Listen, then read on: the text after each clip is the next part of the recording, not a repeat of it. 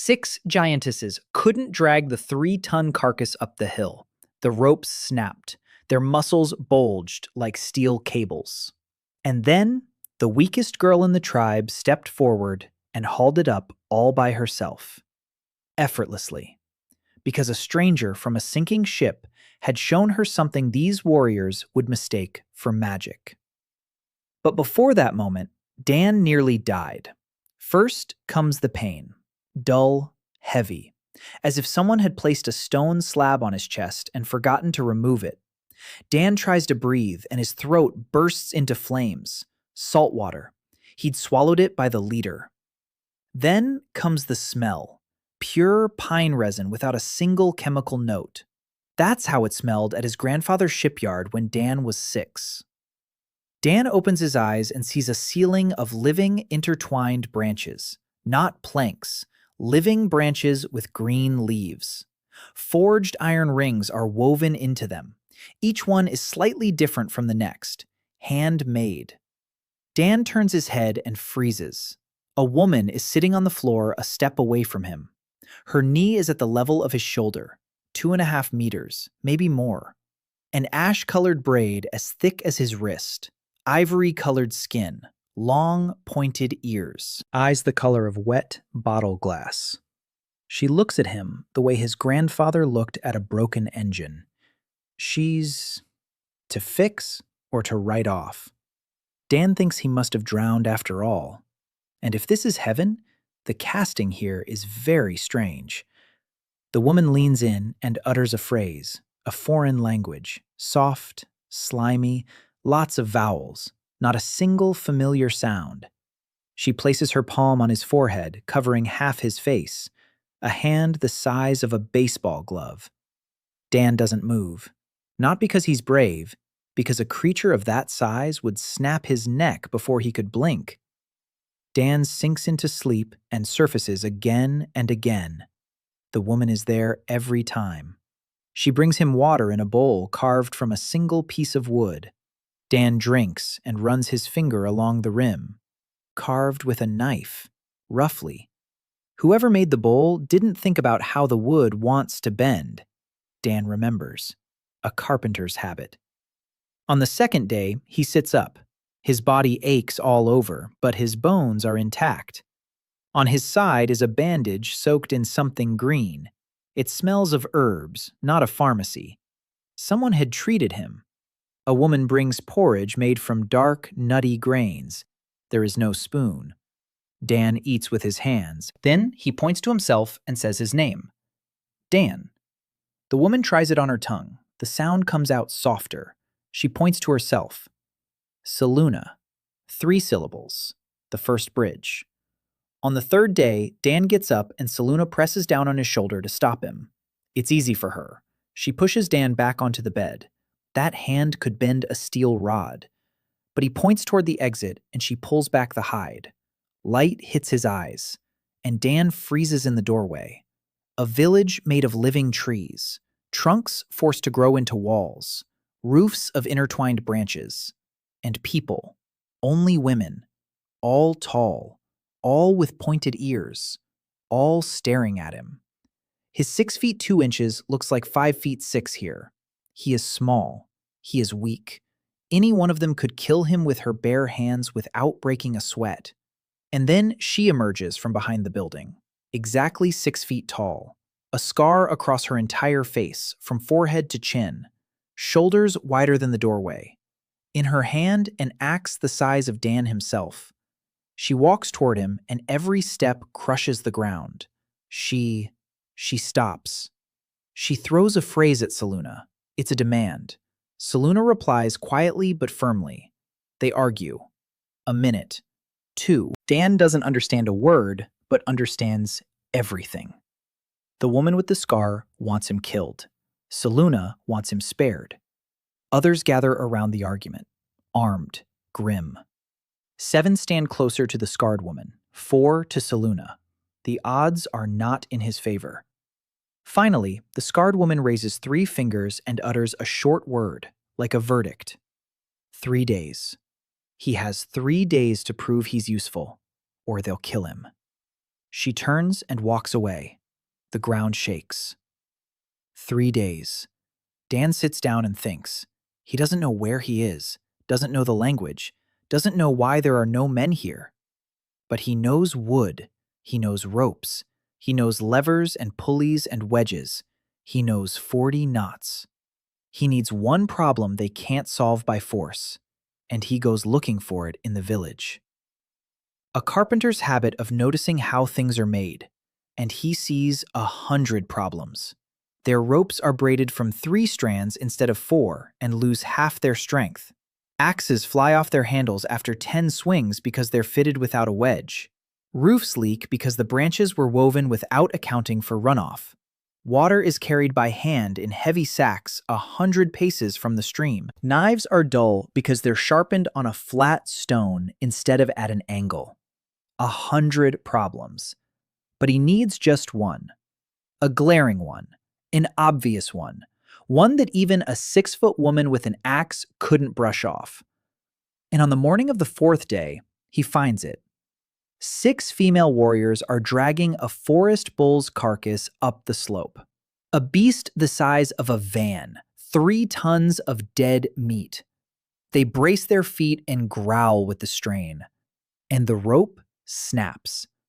The carcass rolls downhill. 2 warriors barely manage to jump out of the way. A new rope.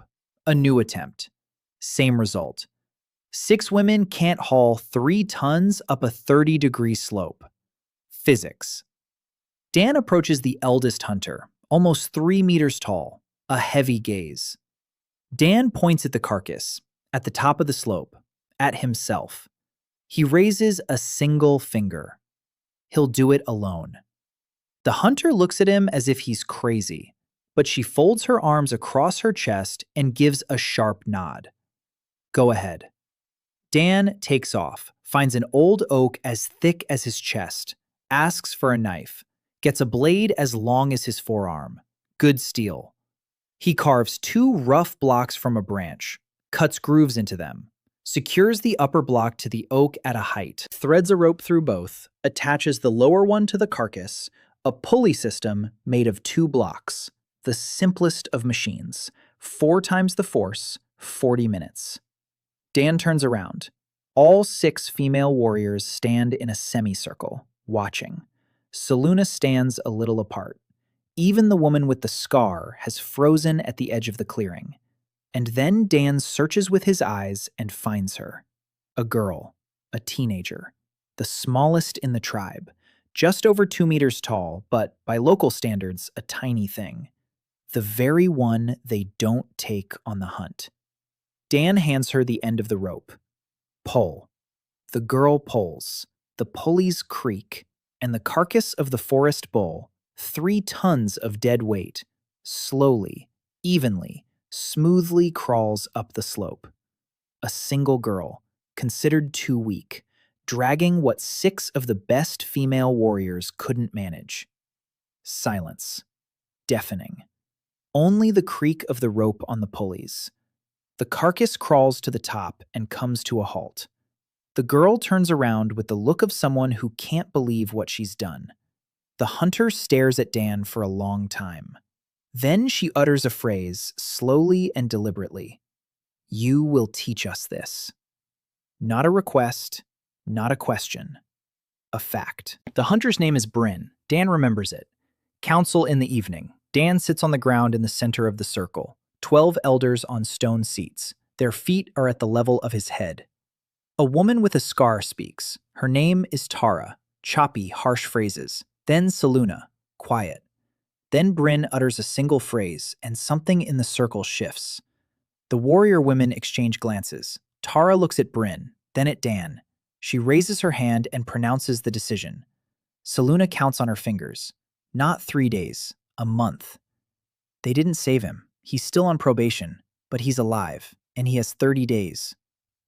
Dan stands and bows to the council, not because he knows the customs, because respect is universal. Tara watches the bow. Her face remains unchanged, but she doesn't look away. At night, Dan lies awake. Today he showed those giants a pulley system with 2 blocks, the simplest of machines, and they looked as if he'd shown them fire. There is wood here, stone, iron, ropes, and there is him, a man who knows that winter oak is 3 times stronger than summer oak, that water flows downhill and that can be used. 30 days. In 30 days, he'll show them so much that killing him will be more costly than keeping him. Not because they'll love him, because things will be worse without him. The plan isn't grand, but it works. And for the first time in 3 days, Dan falls into a deep sleep. The morning begins with Lien standing at the entrance to the cabin. Dan knows her name is Lien because Saluna called her that yesterday when the girl was dragging a bull up the slope. Lien stands there, looking down at him. 6 feet 4 inches. A teenager, 14 years old, as tall as a professional basketball player. She speaks quickly and at length. Dan doesn't understand a word. She speaks some more, and some more. She gestures with her hands. She points to the rope. She points to the trees. She points to Dan. Her eyes burn with that special curiosity found only in teenagers who have just been shown for the first time that the world isn't the way they thought it was. Dan points at himself, then at her, then at the exit. Let's go. Lien jumps up and down on the spot. The ground shakes. The first thing Dan does is walk around the village with Lien, slowly, carefully. He points out things to her, touches them, names them in English. She names them in her own way. Tree, stone, rope, water, knife, fire, hand, leg, eye. Dan memorizes every word. He repeats them. Lien corrects him. She laughs when he mispronounces the sounds. Her laughter is loud and open. By noon, Dan has 40 words in their language in his head. By evening, 60. Saluna joins them after lunch. She teaches him differently, slower. She builds sentences, shows how words connect with each other. Their language is fluid, lots of suffixes, the verb at the end of the sentence. Dan picks up the structure. His brain is used to breaking down constructions: wooden, metal, linguistic. The principle is the same. Find the framework. The rest will follow. While Dan is learning the language, he works. A month isn't enough. He needs to show results every day, small but visible. On the second day of the trial month, he takes up the axes. There are 5 axes in the village. All are mounted on the handles the same way, tightly hammered in and secured with a leather strap, but without a wedge. Dan saw how, while hunting, a warrior's axe flew off the handle at the moment of impact. The blade flew off to the side. It nearly hit another warrior. Dan asks Bryn for 1 axe. He gestures. Give it to me. I'll fix it. I'll return it. Bryn looks at him for a long time. Then she hands him hers. Dan removes the blade. He carves a small wedge out of hardwood. He drives it into the end of the handle. He fits the blade back on. The wedge pries the wood apart inside the socket. The axe sits firmly in place. Dan hands it to Bryn. She takes it. She swings it. She strikes the log. Again and again. 10 strikes. 20. The axe doesn't budge. Bryn looks at the handle, then at Dan. She utters a short phrase. Her tone is approving. By evening, all 5 axes in the village have been wedged. Every warrior woman has checked them personally. Every one of them is convinced. A small thing, a wooden wedge the size of a finger. But every one of them now knows that Dan sees what they do not. On the 3rd day, Dan sets out for water. The village stands on a hill. The stream is 100 paces down below. The women carry water uphill in heavy leather bags. Each bag holds 20 liters. It's easy for them, they are strong, but it takes time. 4 times a day, 2 people at a time. Dan does the math. 8 man-hours a day for water. For a tribe of 40 warriors, that's 20% of a single fighter's daily time. Wasteful. Dan walks to the stream. He looks. The elevation drop from the stream to the village is 15 meters. The distance is 100 paces. That means a slope of about 10 degrees. Not enough for gravity flow in an open channel, but enough if the channel is enclosed and narrow. Dan looks for material. He finds it. Young alder trunks. Straight. Long. The heartwood is soft. You can hollow them out. He points to Lien. This tree. Cut it down. Cut it like this. Hollow it out like this. Lien passes it to Bryn. Bryn growls something at the two nearest warriors. An hour later, Dan has 5 alder trunks. He shows them how to hollow them out. A chisel made of sharpened stone, stroke after stroke. The groove widens. The pith comes out. A trough is formed. Dan connects the troughs to one another. He fills the joints with hot resin. Seluna brings the resin without being asked. She watches. She understands faster than the others. By the evening of the 4th day, a wooden pipe stretches from the stream to the village. Dan removes the plug at the top end. Water flows slowly, drop by drop, in a trickle, then in a steady stream. It flows into a hollowed-out log in the central square, the first water pipe in the history of this island. The women stand around the log and watch as the water fills itself. No buckets, no walking. Without effort. Lien dips her hands in the water and laughs. Bryn shakes her head. Even Tara comes to watch. She stands off to the side, silent, but she doesn't leave. On the 5th day, something happens that changes the situation more than the pulley system and the water pipe combined. Kaelin, a young warrior, 64 years old, looks 22, 6 feet 7 inches, quiet and serious, large dark eyes. Dan had seen her at the edge of the square a few times. She always stood apart, didn't approach, didn't look directly at him. On the 5th day, Dan wakes up to the sound. Shouts, commotion. He steps out of the hut. Kaelin is lying on the ground. Her left leg is bare, a wound on her thigh. Old, about 10 days. The edges are red and swollen. Pus, the smell. Dan isn't a doctor, but he spent 20 years in shipyards and on fishing boats. He's seen infected wounds. He's seen people lose limbs to infection. He's seen a sailor saved on the 3rd day because the captain knew to wash and boil the wound. Dan approaches. Seluna is nearby. The shaman holds Kaelin by the hand. Fear is written on Seluna's face. Not for herself. For her. Dan drops to his knees. He looks at the wound. Inflammation. Severe. The tissue is hot. The fever is setting in. If the infection isn't stopped, Kaelin will lose her leg. Or her life. Dan gestures to Seluna. Water. Boiling water. Quickly. Seluna doesn't ask why. She leaves. Dan looks for a willow. He saw willows by the stream. Willow bark contains salicin, natural aspirin. His grandfather taught him this. When the ship runs out of first aid supplies and it's 3 days to shore. Willow. Boiling water. A decoction. Dan runs to the stream, strips the bark, returns. Seluna has already brought the hot water. Dan throws the bark into the boiling water, waits, then takes a clean piece of cloth. He boils it. He boils the needle. He boils the knife. Kaelin watches him. Her eyes are clouded by the heat, but she doesn't look away. Dan washes the wound. Kaelin flinches. 2 warriors hold her by the shoulders. Dan scrapes out the pus, rinses it with boiled water again and again. Then he applies a warm compress with willow decoction. He applies a clean bandage. He gives Kaelin willow decoction to drink. It's bitter. She grimaces. But she drinks. Because Dan brings the bowl to her lips and nods. Drink. For 3 days, Dan doesn't leave Kaelin's side. He changes the bandages. He boils the cloth. He brews the willow bark. He monitors her temperature. On the 2nd day, the fever begins to subside. On the 3rd, Kaelin sits up for the first time in a week. The redness around the wound diminishes. The pus drains away. The tissue begins to heal.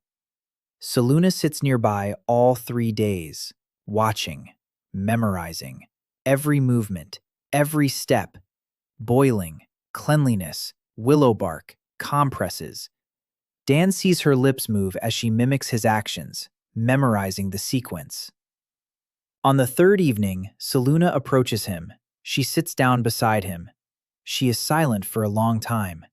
Then she speaks, slowly, choosing words he can understand. Dan doesn't catch everything, But the gist is clear. Her sister died a long time ago from the same fever, from the same wound. Seluna couldn't save her. No one could, because no one knew that the water had to be boiled, that the cloth had to be clean, that willow bark brings down a fever. Seluna looks at Dan. In her eyes are 200 years of pain and one question. Can you teach me this? Dan nods. Yes, I'll teach you. Seluna closes her eyes. A single tear rolls down her cheek. Just one. Dan doesn't touch her, doesn't comfort her. He just sits beside her. Sometimes that's all it takes. The council gathers on the 10th day. Dan already understands enough words to grasp the gist. Tara says that one useful trick doesn't make a stranger safe. Bryn says that 3 useful tricks make him valuable. Seluna says that the outsider saved Kaelin and that this alone is worth a probationary period. An old warrior whom Dan hadn't noticed before speaks quietly from a far corner. A low, raspy voice. The others listen to her intently. She speaks briefly. Dan makes out only 2 words. Stranger, danger. Seluna tenses up. Who is it? Dan asks later. Seluna answers with a single word. Vesnir. Remember. Dan remembers. The council decides. The month remains in effect, but Dan is granted the right to walk through the village unescorted. A small victory. He is no longer a prisoner. He is something between a guest and a test subject. Tara leaves first, silently. Vesnir leaves last, even more silently. Dan steps out into the square. Evening. A bonfire burns in the center. Warrior women sit around it, eating, talking. For the first time, Dan notices that they're laughing, that they're telling stories, that they're nudging each other with their shoulders and snorting and tossing their heads back. They aren't robots, not war machines. They are people, huge, dangerous, but people. Kaelin sits by the wall of the hut. Her leg is bandaged. She looks at Dan across the clearing. She doesn't look away, for the first time. Dan nods at her. She nods back. Leanne runs up to him, grabs his hand, drags him to the fire, sits him down on the ground next to her. Dan sits. His head is at the level of her elbow. Someone hands him a bowl of food, a communal bowl, from the communal pot. He eats. His first time by the communal fire. His first time not in Seluna's hut. His first time as part of something. Not yet a tribe, but no longer a stranger. 2 weeks pass. Dan works every day from dawn until dark. His body aches. His hands are covered in calluses on top of old calluses. But he doesn't stop. Every day must be an argument in his favor. Every day he must show something new, something useful, something so that even Tara couldn't say he's useless. On the 15th day, Dan builds a stove. Not a hearth, an oven. In the village, they cook over an open fire. Meat on a spit, porridge in a pot over coals. Half the heat escapes into the air. It's impossible to cook in the rain. In winter, the women stand by the fire and freeze from the back while their faces burn. Dan had seen Russian ovens in books at the shipyard. He'd seen drawings. He knows the principle. A sealed chamber, a chimney, draft. The thermal mass of the stone. He finds clay by the stream. Good clay, dense, rich. He shows Leanne how to knead it. She kneads with the enthusiasm of a teenager who's been given a new toy. Clay flies in all directions. Dan builds a frame out of stones. He coats it with clay. He shapes the chamber, a chimney, a damper. He lets it dry for 2 days. Then the first firing. A slow fire. The stones crackle. The clay hardens. The oven takes shape. Uneven, rough, but functional. Dan builds a fire inside. He closes the damper. Smoke goes up the chimney. The heat stays inside. The walls heat up. An hour later, the stones are hot. Dan opens the chamber. He places a flatbread made from the same grain they've been feeding him all these days inside. He closes it. He waits. The smell. The smell of baked bread. Heads turn in the square. one after another. The warriors sniff the air. They stand up. They approach. Dan takes out the flatbread, hot, golden, with a crust. He breaks it. He gives the first piece to Bryn. Bryn takes it, takes a bite, chews, stops. Her eyes widen. She has never eaten bread. None of them have eaten bread. For 1,000 years, they boiled grain in water and ate porridge. It never occurred to anyone that grain could be ground and baked. Bryn finishes the piece, reaches out for a second one. Dan hands out the bread, a piece for each of them. Lian eats and bounces up and down. Seluna eats slowly. She closes her eyes. There is an expression on her face that Dan will always remember. Kaylin eats with one hand. With the other hand, she discreetly wipes her eyes. Tara stands to the side. She watches. Bryn approaches her. She holds out a piece. Tara takes it. She takes a bite. She chews. She says nothing.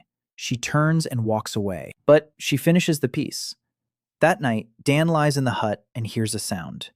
Someone is singing, softly, behind the wall. The voice is low and gentle. The melody is simple and sad. He asks Seluna about it in the morning. She is silent for a long time. Then she speaks. It's a lullaby. They haven't been sung for 200 years because there was no one to sing it. The last child was born 20 years ago, Lian. Since then, the mother tree has borne no fruit. Dan wants to ask about the tree, but Seluna raises her hand. It's not time yet. It's too soon. The third week. Dan begins to understand the language. Not everything, but the basics. Simple phrases, short sentences. He speaks with an accent and mixes up the suffixes. Lian corrects him every time. Without patience. With that ruthless directness typical of teenagers. No, not like that. Like this. Repeat. Wrong. Again. Dan repeats. Again and again. The language begins to come together. He can already explain what he's doing.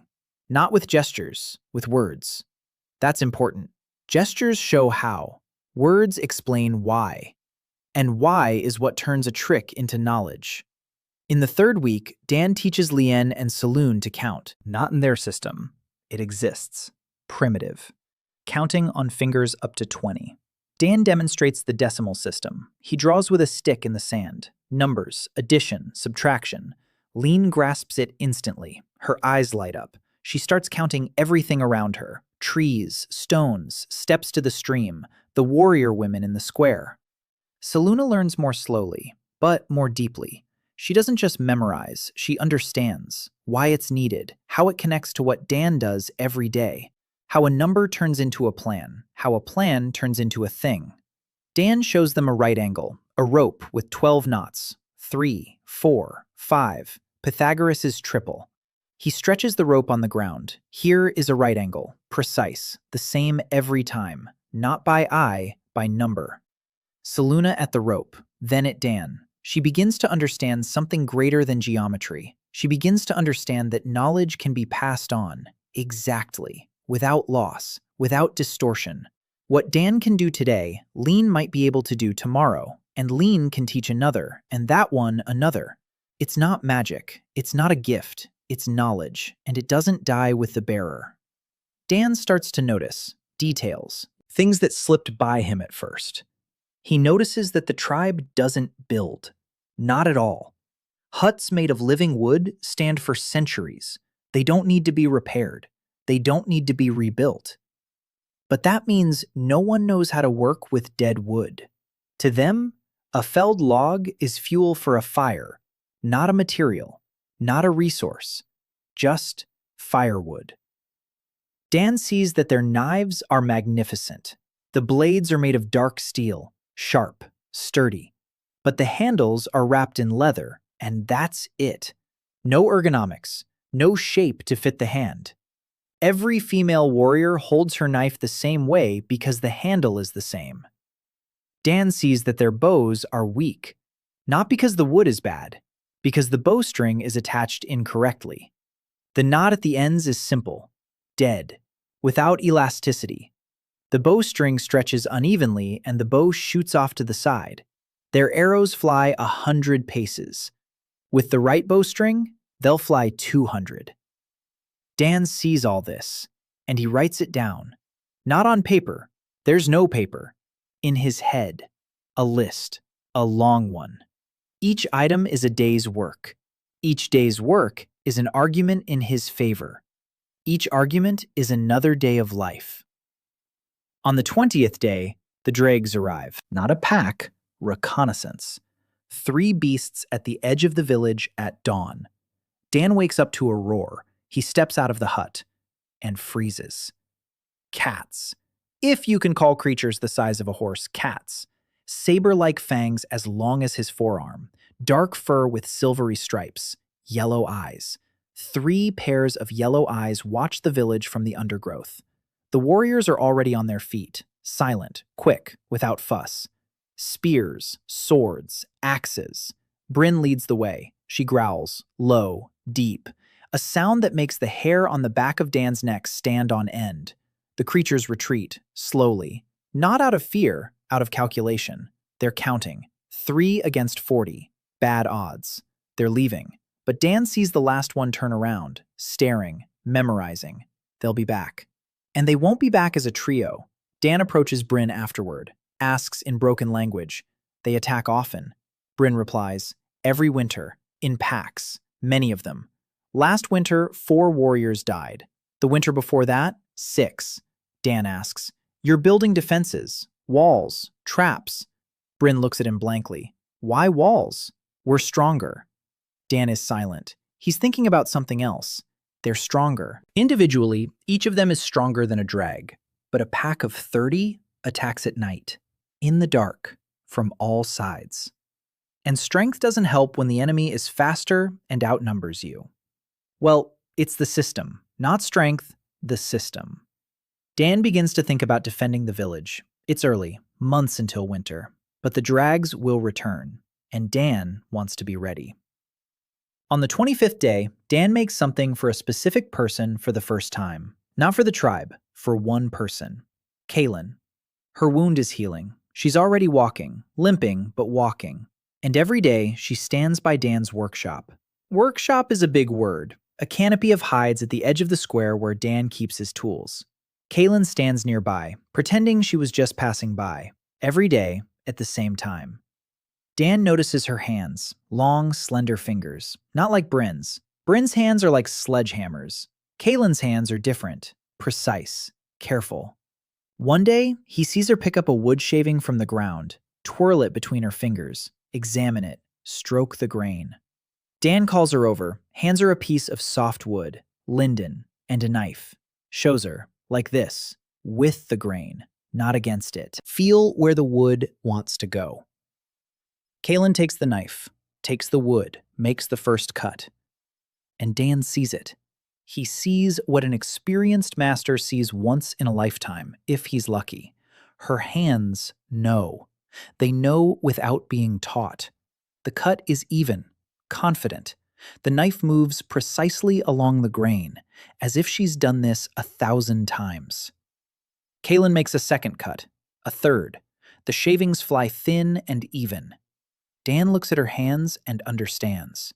The tribe considers her weak. She's afraid of blood. She's a poor hunter. She doesn't like to fight. In a world where only strength is valued, she's a nobody. But she has the hands of a master, a natural, the kind of talent that can't be taught, only discovered. Dan tells her, you'll come tomorrow, and the day after. I'll teach you. Kaylin looks at him, her dark eyes widen. She nods, quickly, then turns away. But Dan manages to notice.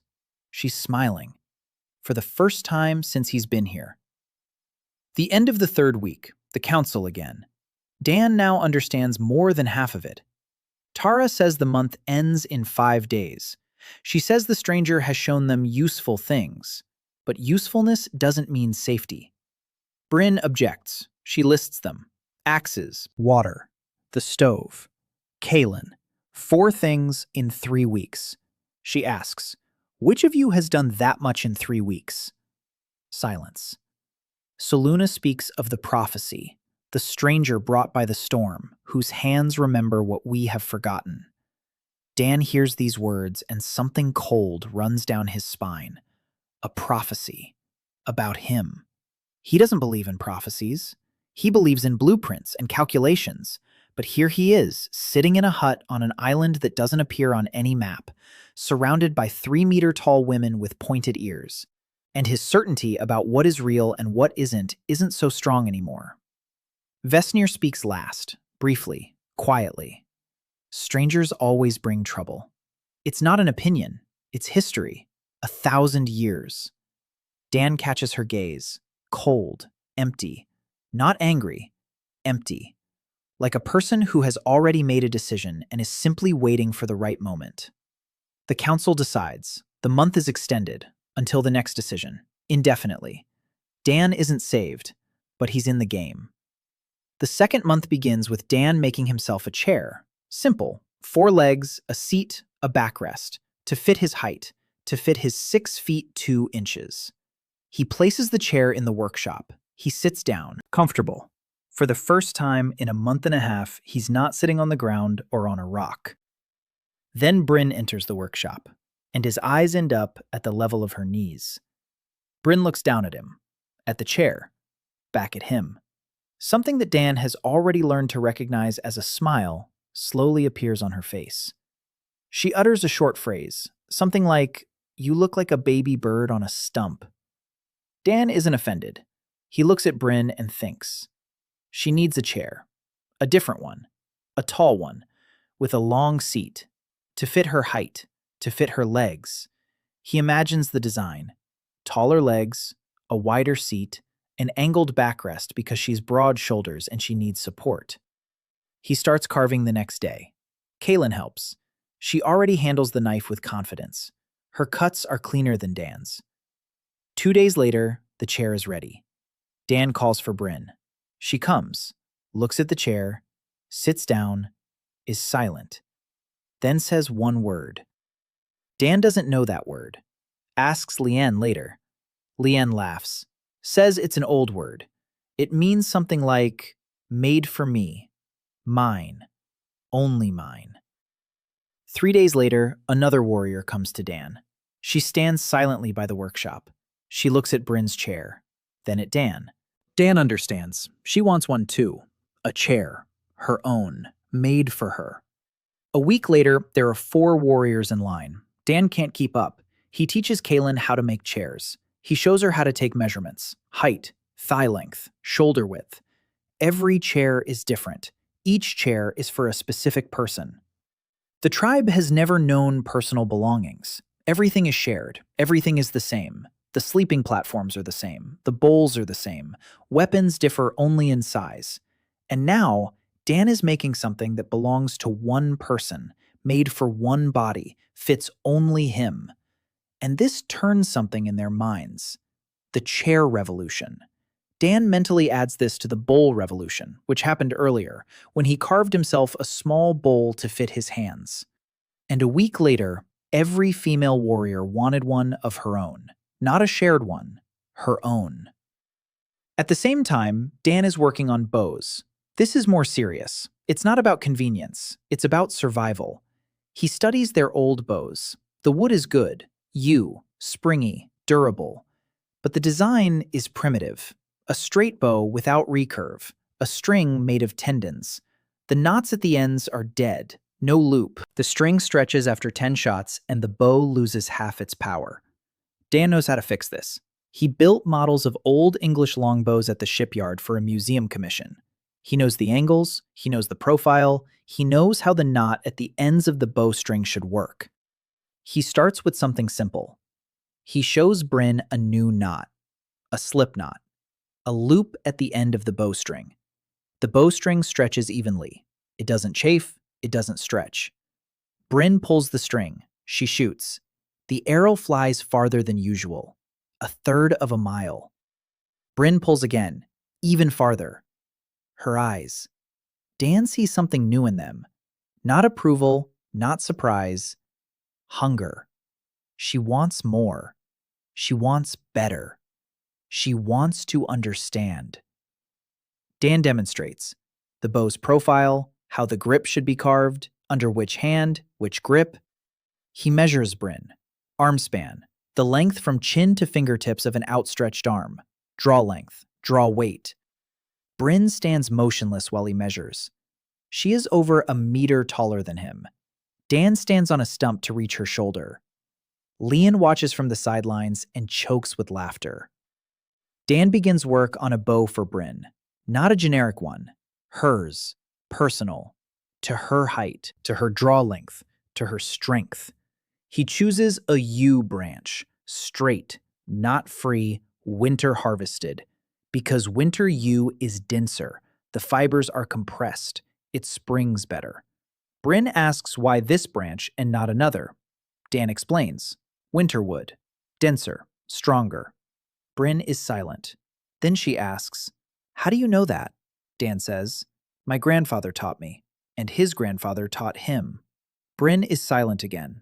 Then she says quietly, "We had grandfathers too, a long time ago." She doesn't continue. Dan doesn't ask. Working on the bow will take weeks. The wood needs to dry, treat it, shape it. He's in no hurry. The bow will be ready when it's ready. In the meantime, he shows Bryn and the other hunters how to restring the bowstrings on the old bows. A simple change, 30 minutes of work per bow. The result is immediate. Shooting accuracy improves, range increases, arrow losses decrease. On the third hunt after the restringing, the tribe brings back 3 times as much game, and not a single warrior is injured. That's the ratio, 3-to-1. Bryn states it at the council, and even Tara is silent. In the middle of the second month, Dan leaves the village for the first time, with Bryn and 3 female hunters. Officially, he is going to show them a new type of snare for small game. Unofficially, he wants to see the island, to understand where he is. Yordal. That is what they call their island, a word that means at once land and home and mother. They head south, toward the sea, a path through the forest. The trees are enormous, trunks 3 arms widths around. The canopies close in so that below there is perpetual twilight. The air is thick. It smells of moss and rotting leaves and something else, something alive. The island breathes. Dan feels it in his skin. Every sound in the forest makes him flinch. A rustle in the bushes, a twig snapping, a bird's cry. Bryn walks ahead. Her steps are silent. 6 feet and over 100 pounds of muscle move through the forest like a shadow. Dan snaps every other twig underfoot.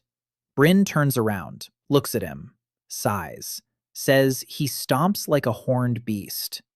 Dan asks what a horned beast is. Bryn gestures with her hands to indicate the size. 3 meters at the withers. Horns made of root-like growths. 3 tons. Bad temper. Doesn't attack first, but if provoked. Dan decides he won't provoke the horned beasts. They reach the sea in 2 hours. South Beach. Black sand. Volcanic. The waves are heavy and gray. A wall on the horizon. Dan looks and can't believe his eyes. A wall of clouds. From the horizon to the sky. Solid. Dark. A ring around the island. An eternal storm. Lightning strikes the water continuously. The rumble is so loud it vibrates through his bones. Bryn speaks. The ring. It's always been there.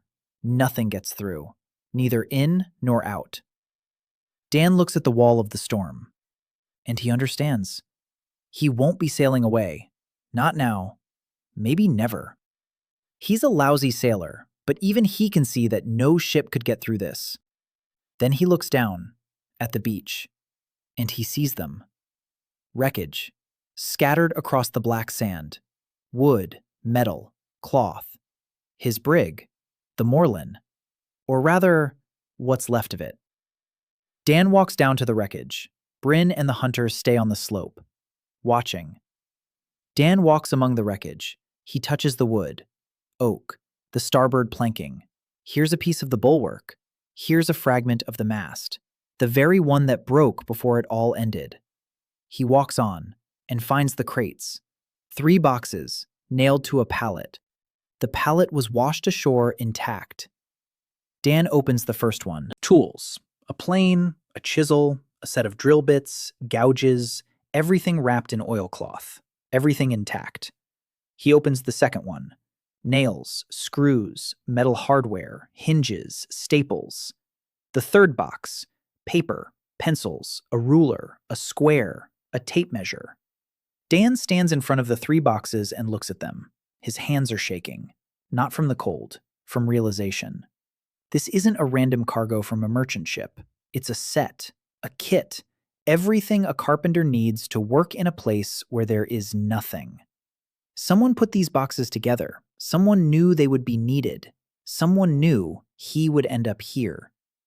The thought is cold and heavy. Dan pushes it aside. Now is not the time. Now is the time to take the tools. He calls out to Bryn. He points to the boxes. He says, "I need this, all of this," to the village. Bryn looks at the boxes, at the tools. She doesn't know what they are, but she sees Dan's face, and that's enough. She says one word to the 2 hunters. They lift the boxes, as if they were empty.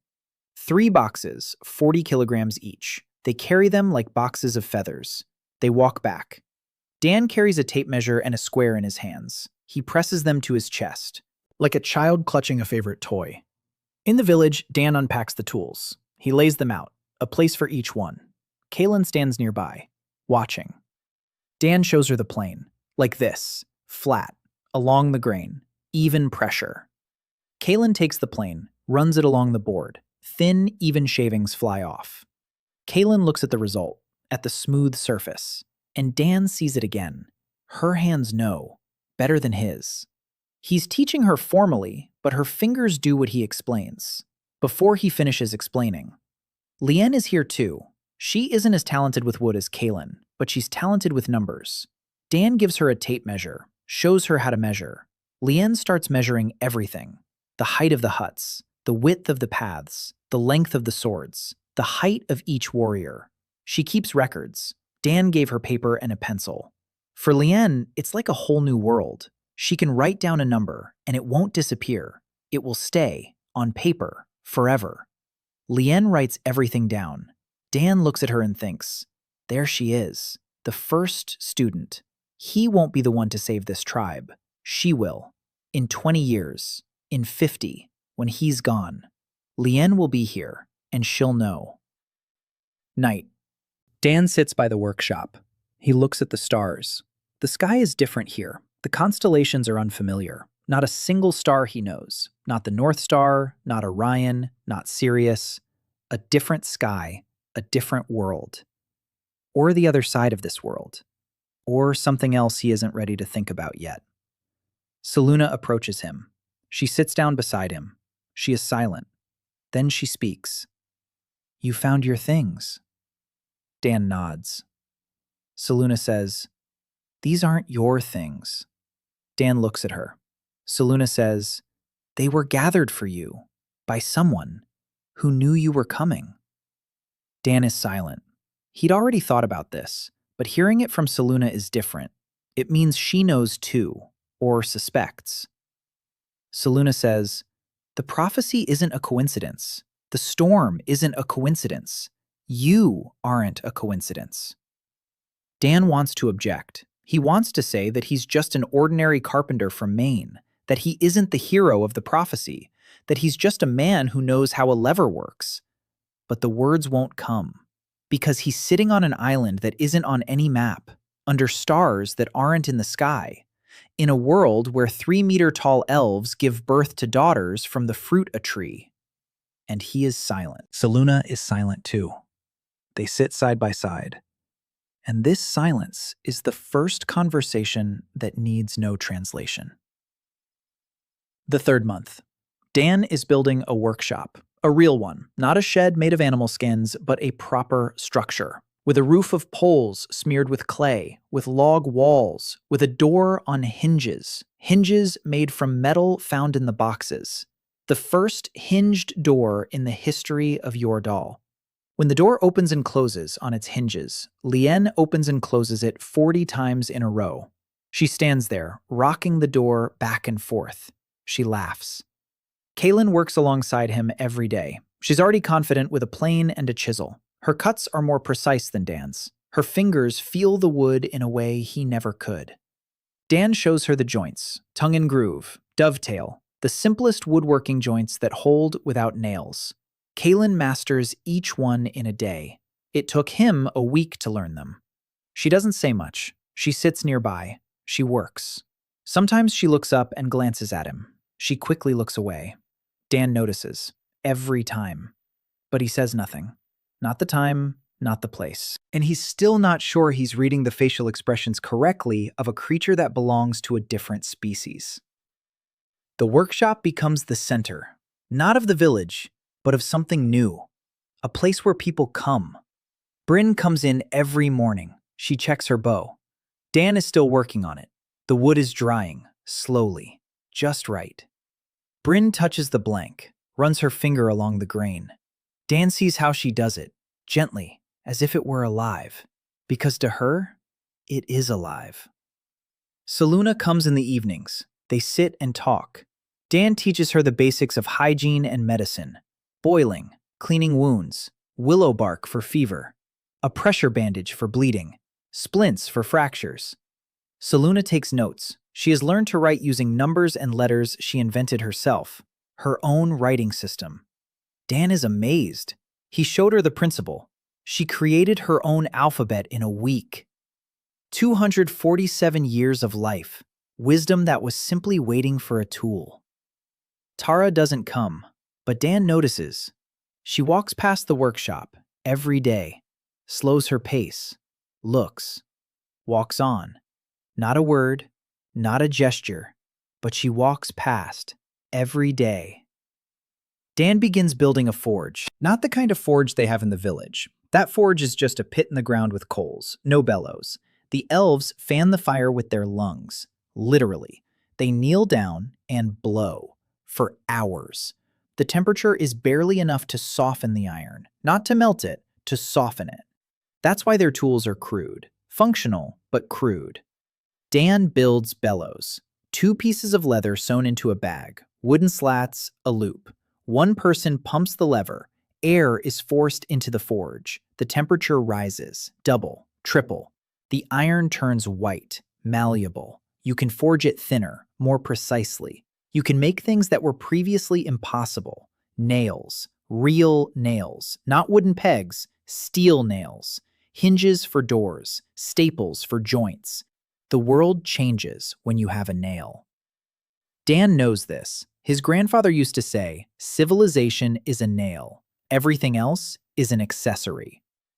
The bellows for the forge are being rearranged. The warrior who used to spend half a day stoking the fire is now free. The forge works faster, more efficiently, hotter. Dan introduces her to the tribe's blacksmith. Her name is Wren. She's short by local standards, 5'9", broad-shouldered, hands like a vice. She stood at the forge for a century. Dan shows her what real heat is, what can be done with iron when it's white instead of red. Wren looks at the white iron. She touches it with a hammer. The iron is obedient, soft. It goes where it's led. Wren looks up at Dan. There's something in her eyes. Gratitude. No, more than that. Liberation. A century on her knees before the forge. A century of blowing on the coals. And now one man with a leather bag and 2 planks takes that century and throws it away. Wren says nothing, but from that day on, she does everything Dan asks of her. No questions asked, without delay. Meanwhile, Dan works on the defenses, quietly, without drawing attention. He walks around the village, counts his steps, measures with a tape measure. He draws a plan on paper. The village stands on high ground. That's good. To the south, a slope down to the sea. To the north and west, a forest. To the east, a stream and a ravine. Natural barriers, but insufficient. The dregs come from the north, from deep within the forest. in a pack at night. Dan draws a diagram, the perimeter, a palisade, not a wall, a palisade. Sharpened stakes driven into the ground at an angle, not to stop them, to slow them down, to break the pack's formation, to split them into groups. Behind the palisade, hunting pits, shallow, 1/2 meter, enough for a beast to stumble, to lose its momentum. Passages between the pits, narrow, just for one beast. A warrior in the passage faces a single opponent, not 5, 1. The tribe's strength works, but it works by the rules Dan chose. He shows the plan to Bryn. She looks at it for a long time, runs her finger along the lines, asks, "Why here?" Dan explains, angle of attack, wind direction. Dregs hunt against the wind to scent their prey, so they'll come from there.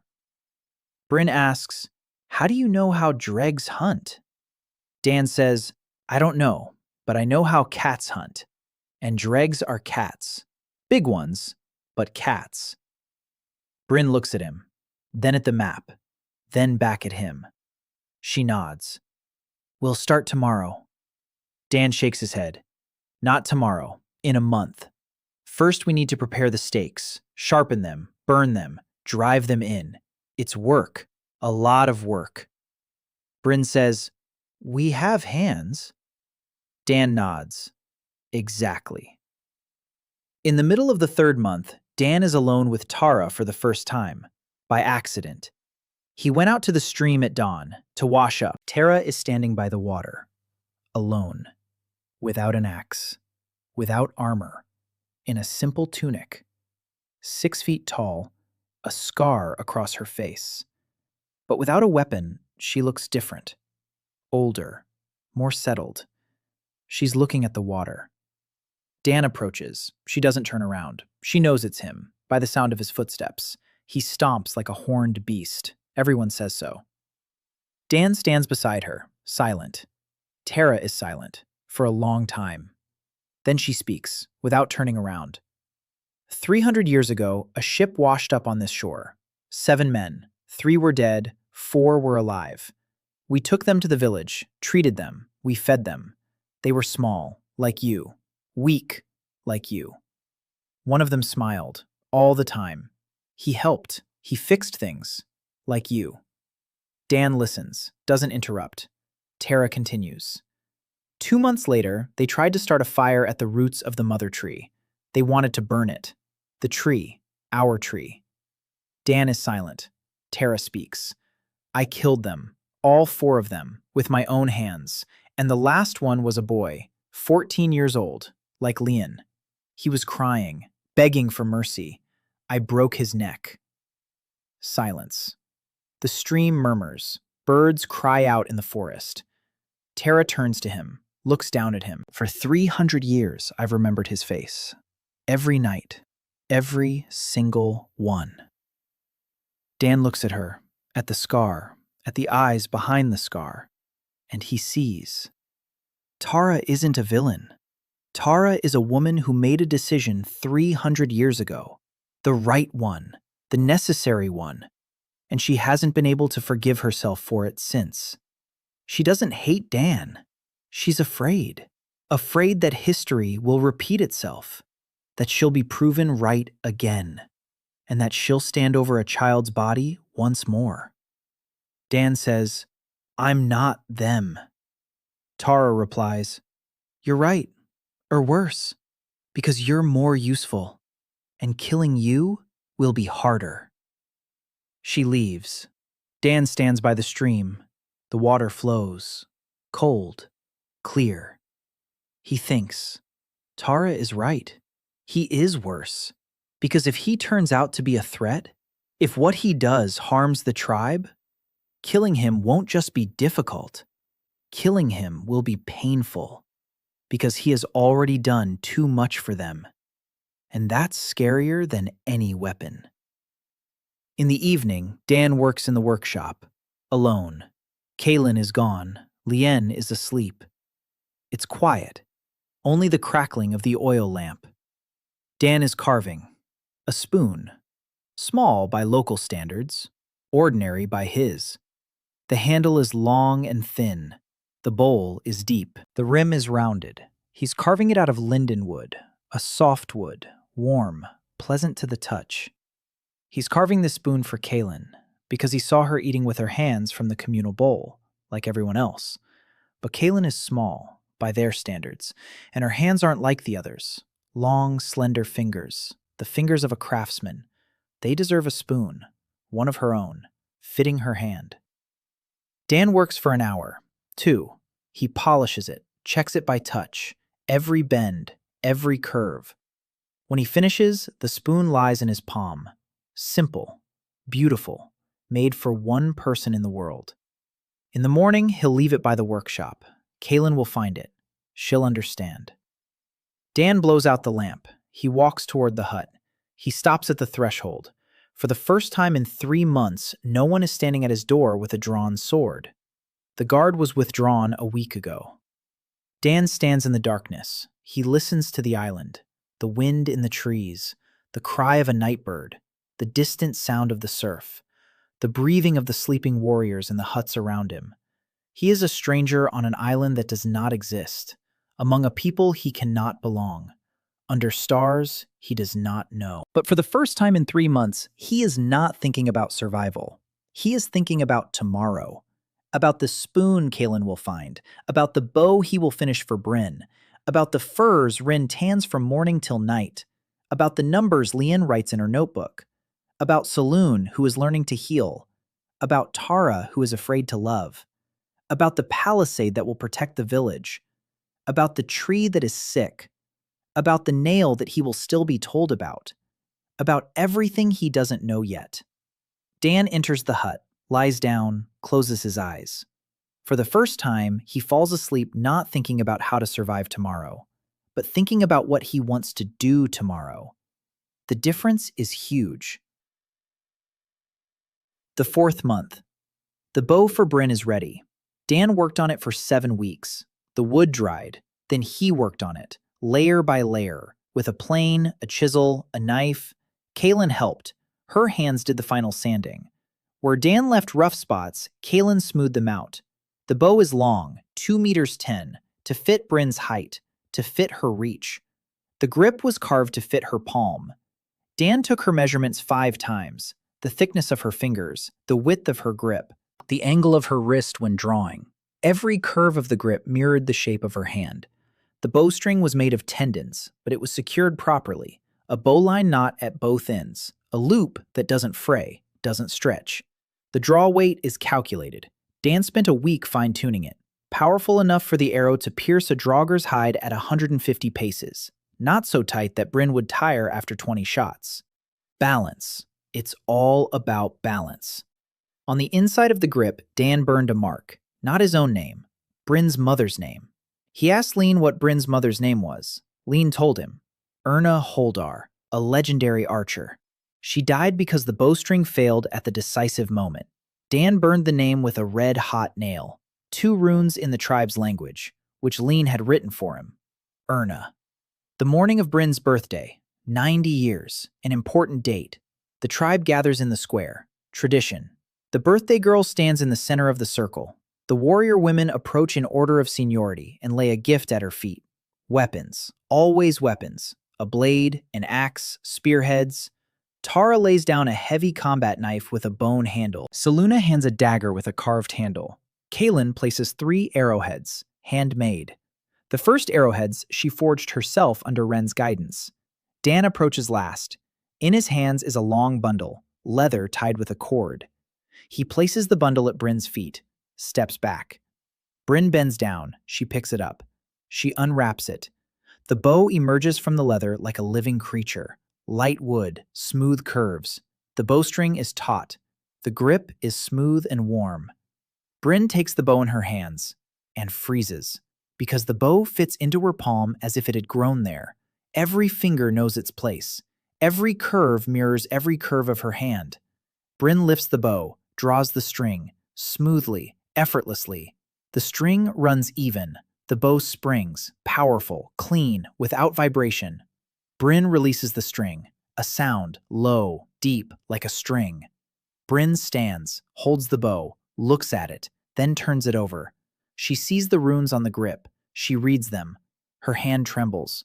One hand, the one holding the grip. Bryn sits down, right on the ground, in the middle of the circle, 3 meters tall, the tribe's best hunter. She sits on the ground and cries, silently, without a sound. Tears stream down her cheeks and fall onto the bow. In her mother's name. Silence. Not a single warrior moves. Not a single one speaks. Tara stands at the far end of the circle. Dan sees her turn away, quickly, abruptly. Seluna covers her face with her palm. Her shoulders shake. Leanne approaches Dan, takes his hand, silently. A small hand, by their standards. By his standards, a hand that covers his entire palm. She doesn't let go of him until the end of the day. In the evening, Bryn finds Dan at the workshop. She's carrying a bow. She hasn't let it out of her hands all day. She stands before him. She's silent. Dan waits. Bryn speaks. My mother died when I was 13. Horned one. Mother fired. The bowstring snapped. The arrow veered off course. Horned one struck. Mother fell. I was there. I saw everything. 13 years old. I thought it was my fault. That I should have checked the bowstring. That I should have noticed. For 77 years, I thought it was my fault. Bryn falls silent. She looks at the bow, then at Dan. You made the bow my mother deserved, and never got. Now I know. It wasn't my fault. It was the bowstring. Just the bowstring. And if someone had taught us the right knot, my mother would be alive. Bryn places her hand on Dan's shoulder. Her hand is heavy, warm. She utters a single phrase, short, matter-of-fact, like a statement. You are mine. She leaves. Dan stands. He stares.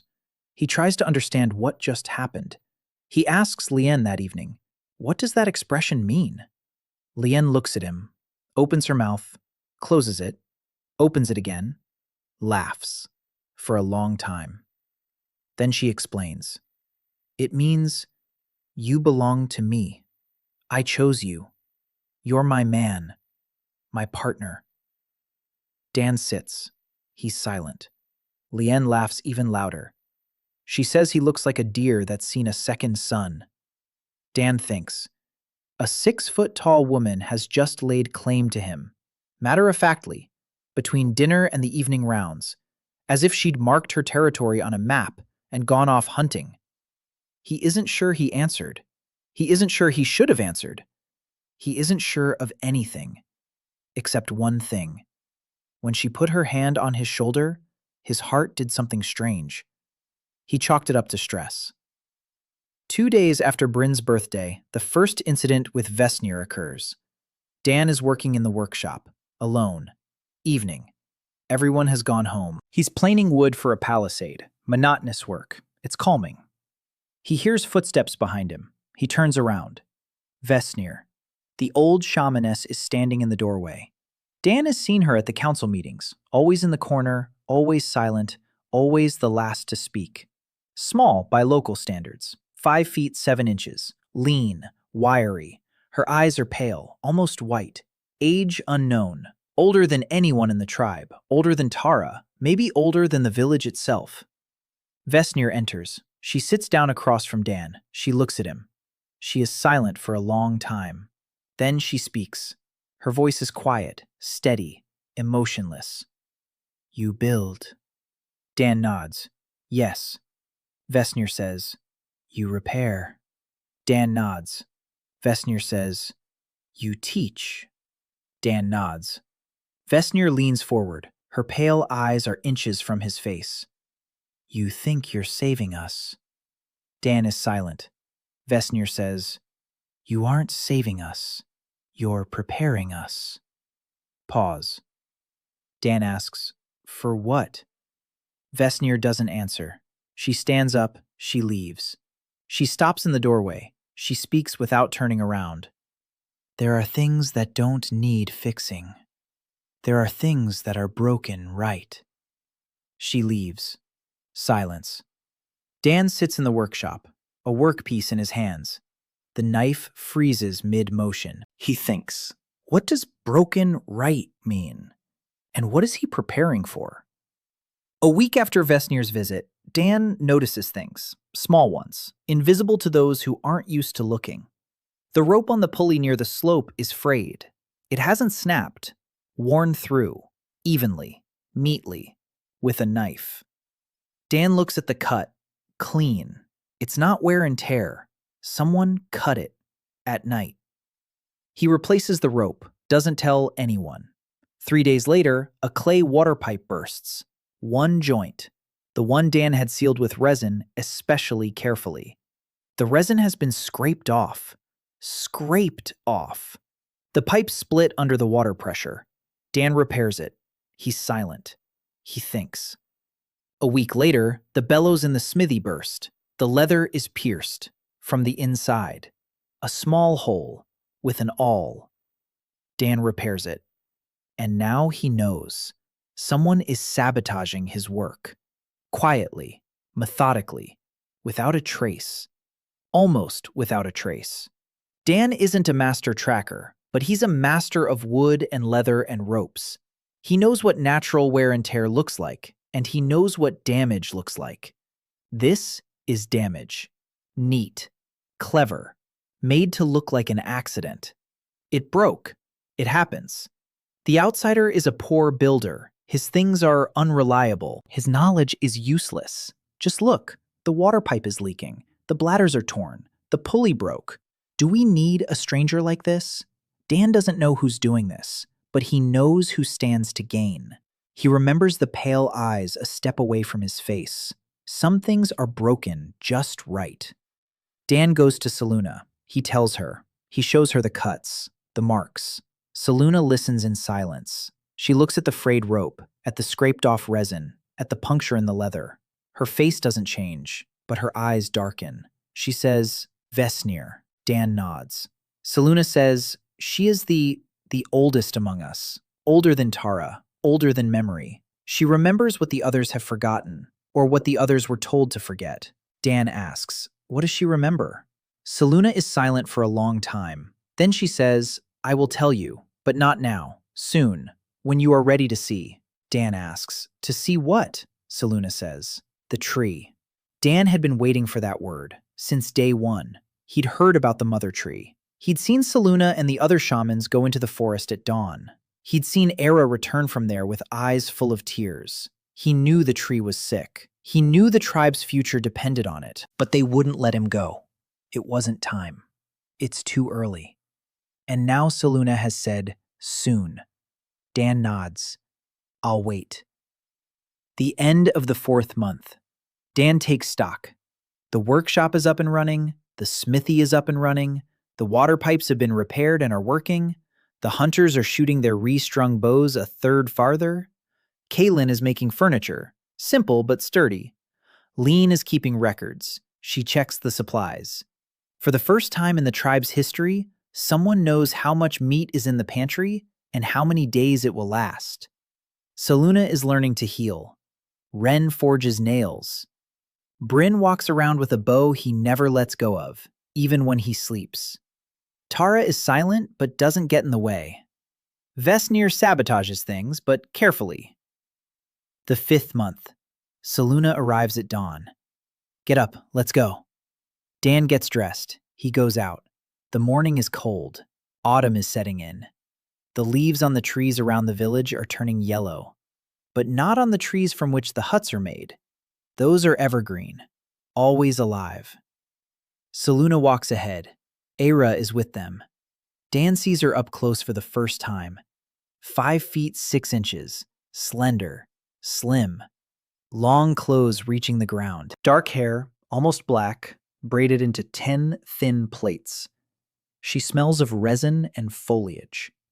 Always. As if the forest has soaked her through and through. Ira doesn't look at Dan. She walks in silence. Her movements are smooth and slow, like someone carrying something fragile inside them. They walk north, through the forest. The path is narrow, old, branches close overhead. The light is green. Dan follows the two tall figures and feels like a child being led to a place people whisper about. An hour later, they emerge into a clearing, and Dan stops. The mother tree Egwene. He doesn't know what he expected to see. A big tree. A very big tree. But not this. Egwene is not a tree. Egwene is a cathedral. A trunk 30 meters wide. The bark is dark and deep, covered with patterns that look like writing, or like veins, or like both at the same time. The crown stretches into the sky, and Dan cannot see its top. The branches spread out for hundreds of meters. You could build a house under every branch. The roots. The roots emerge from the ground like mountain ridges, as thick as a man, stretching in all directions, going into the ground and coming out again. Between the roots are spaces the size of a room. The air is different here, thicker, warmer. It smells of life, that primal, ancient life that Dan felt in the old forests of Maine, but 1,000 times stronger. Egwene is alive, not like a living tree, like a living being. Dan feels it, with his skin, in his bones, in something deeper than his bones. The tree breathes, slowly, once a minute. The bark expands and contracts, barely noticeable, but Dan sees it, because he has been looking at the tree for 20 years, and this tree breathes. Ira approaches the roots. She places her palms on the bark. She closes her eyes. She stands like that. A minute. 2. Then she opens her eyes, and Dan sees tears. Quiet. Slow. She feels the tree. Its pain. Seluna speaks. The tree is sick. 3 years. The fruits are turning black. They won't ripen. The last 6 daughters were stillborn. Dan listens. Seluna continues. If the tree dies, the tribe dies. Not immediately, but in a generation. No new daughters, no future. Dan asks, "Do you know the reason?" Seluna shakes her head. Then she stops, looks at Aira. Aira nods, barely noticeably. Seluna says, "Go to the roots. Look." Dan goes, squeezes between the roots, huge ones, each thicker than his body. He walks to the base of the trunk, where the roots go into the ground, and he sees a nail. Black, iron, as tall as he is, driven into the base of the trunk, where the roots meet the trunk. The head is the size of a plate, black iron, not rusty, not a single spot of rust in 1,000 years. Marks on the surface of the nail, runes, small, dense, covering the entire shaft from the head to where it enters the wood. Dan steps closer, touches the head. The metal is cold. No, not cold. Icy. In the midst of the warm living space between the roots, this nail is icy, like a piece of winter driven into summer. Dan runs his finger over the runes. He doesn't recognize a single one. It's not Latin, not the runes he's seen in books about Vikings. Something else. Older. Dan turns around. Seluna is standing behind the roots. She's looking at him. Her face is pale. Dan steps out to them. He asks, "Who did this?" Seluna is silent. Aira is silent. Then Aira speaks. For the first time, Dan hears her voice. Low, quiet, like the rustling of leaves. The nail has been here for 1,000 years. From the silence of the gods. No one knows who, no one can pull it out. We've tried. Dozens of times. Hundreds. The strongest warriors. It doesn't budge. As if it's part of the earth. Dan thinks, meteorite iron. He saw a meteorite iron at the museum in Boston. Dense, heavy, high in nickel, doesn't rust. But that doesn't explain the runes, and it doesn't explain the cold, and it doesn't explain why it can't be pulled out. Seluna says, "I had a dream, many times, the same one. A stranger, brought by the storm, his hands on the nail. The nail comes out. The tree comes to life." Dan looks at her. "You think it's me?" Seluna says, I don't think so. I know. But not now. You're not ready yet, and we're not ready for what will happen when the nail comes out. Dan asks, "What will happen?" Seluna says, "I don't know. In my dream, after the nail comes out, light, bright, and then I wake up." Dan stands between two huge women in the shadow of the tree that breathes, next to the nail that hasn't rusted in 1,000 years. And he thinks, just 3 months ago, he was planing bulkheads at a shipyard in Portland, drinking coffee from a paper cup, complaining about traffic jams on the highway. And now he stands before the God tree and he's told that he's the only one who can pull the nail from its heart. The way back is silent. Ada walks beside Dan, not ahead, beside him. For the first time, she speaks. "I can feel it. The tree. Its pain. Here." She places her hand on her chest. "For 3 years, I felt it dying. Every day. As if a part of me is rotting from the inside." Dan looks at her face, at the dark circles under her eyes, at her gauntness. She's not just a priestess.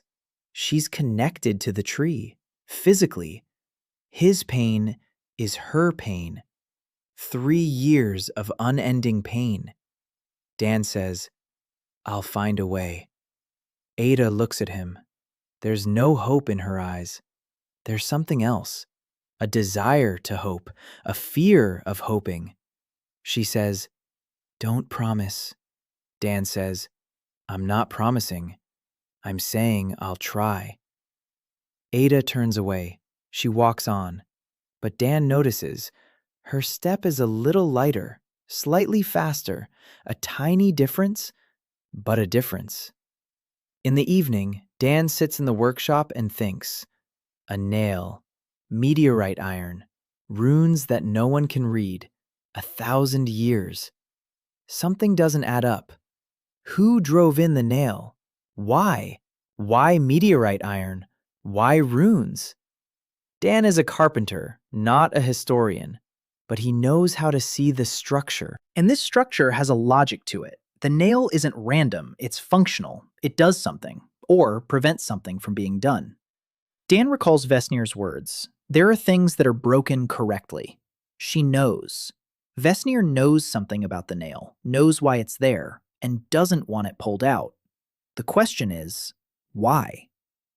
Dan takes a piece of paper, a pencil. He draws the nail. Dimensions, approximate, 1 meter 80 in length, head 20 centimeters in diameter, shank 5 centimeters, runes on the surface, small, dense.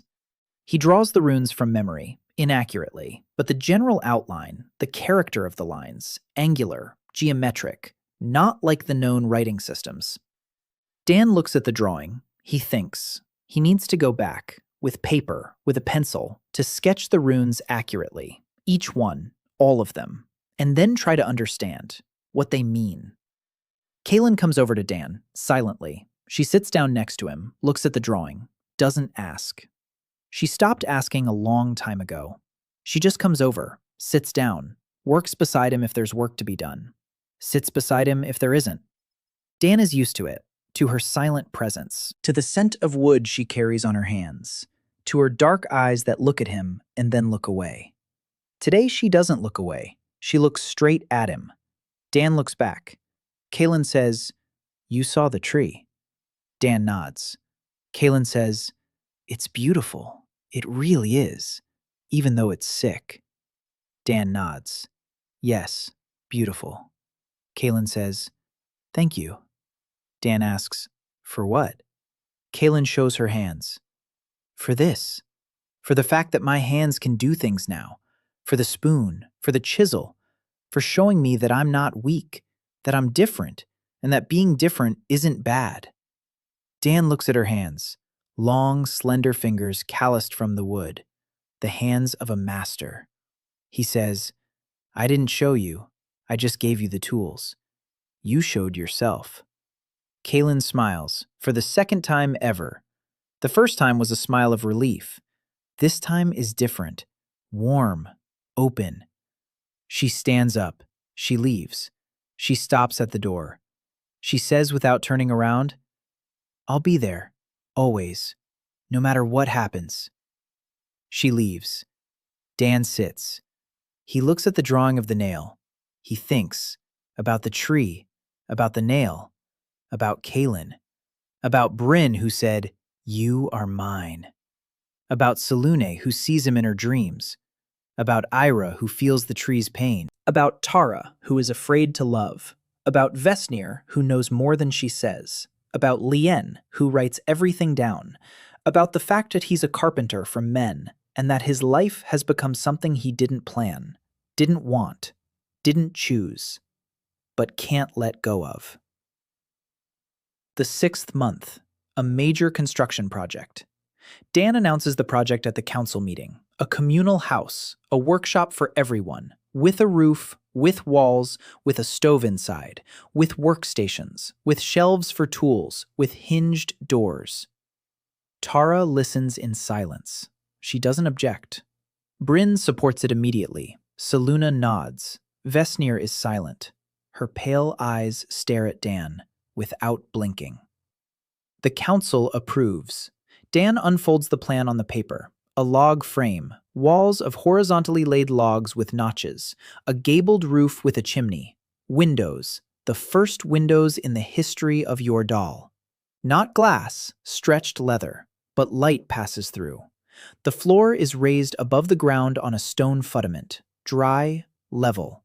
A detailed drawing, with dimensions, with angles, with load calculations. Bryn looks at the drawing, dry, level. The drawing is detailed, with dimensions, with angles, with load calculations. Bryn looks at the drawing, asks, "How many people?"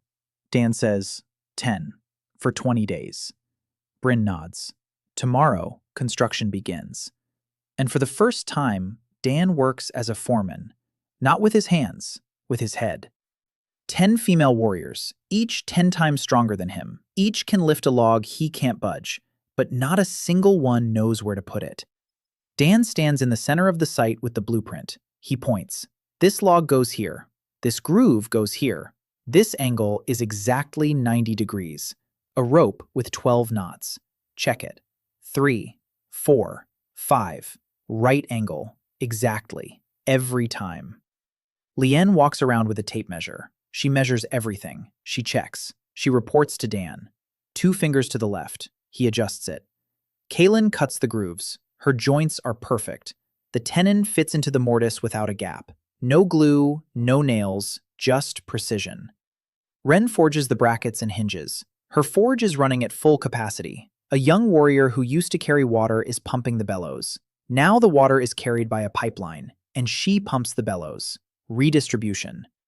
Dan thinks about this, about how each of his innovations frees up hands, and the freed up hands create the next innovation, a chain reaction. Every step creates the conditions for the next step.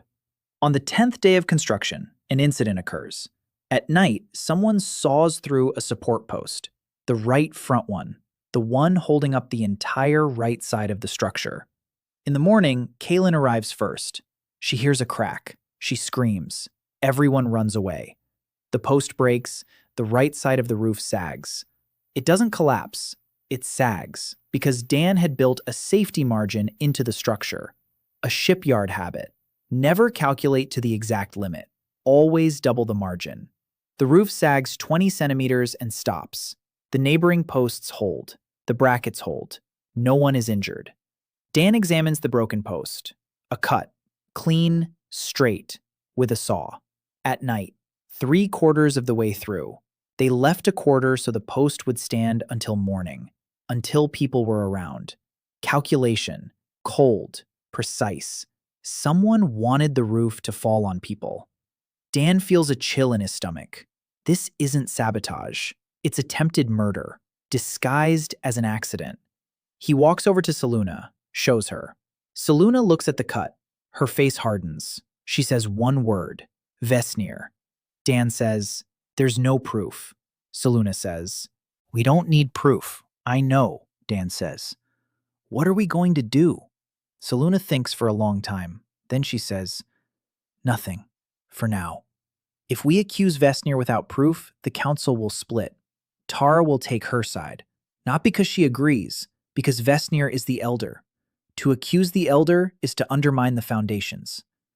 Dan understands. Politics. Even here. Even in a tribe of 40 warriors on a forgotten island. Politics, he says. All right, nothing. But I'll reinforce the structure and post a guard. Saluna nods. Construction continues. Dan changes the design, adds crossbeams, duplicates the support posts. Now, even if 2 posts are cut down, the roof will hold. Redundancy. Another shipyard habit. A ship must sail even with a hole in it. A house must stand even with a sawed-off post. On the 20th day, the house is ready. Dan stands in front of it and looks. Rough. Uneven. By 21st century standards, hideous. But by your doll's standards, it's a miracle. Walls of horizontal logs, a roof with a chimney, a door on hinges, windows with leather. The floor is dry and level. Inside, a stove, workbenches, shelves, room for 20 people. The first building on the island, built from dead wood rather than grown from living trees. The tribe enters, one by one. They touch the walls, stand by the stove, sit on the benches. Lien opens and closes the door. Again. 40 times. Bryn stands by the window, looks out through the stretched hide. The light streams in, soft and diffused. She speaks, beautifully. Tara enters last. She stands in the doorway. She looks, for a long time. Then she enters. She sits down on the bench. The bench creaks under her weight, but it holds. Because Dan built the bench for her. For 3 meters and 150 kilograms. Tara sits. She is silent. Then she speaks. Warm. One word. Dan hears more than one word in it. Mid-June. Dan returns to the tree, with Saluna and Era, this time with paper and a pencil. He spends 4 hours by the nail, sketching every rune, sitting on a stump, paper on his lap, pencil in his hand. The runes are small, dense, hundreds, maybe thousands. Dan copies each one, exactly, line by line, stroke by stroke. Era stands nearby, silent. Sometimes she comes closer. She looks at the drawings. Her breath is warm on his neck. She is tall. Even when he is sitting on the stump a meter above the ground, she stands and looks over his shoulder. Dan finishes.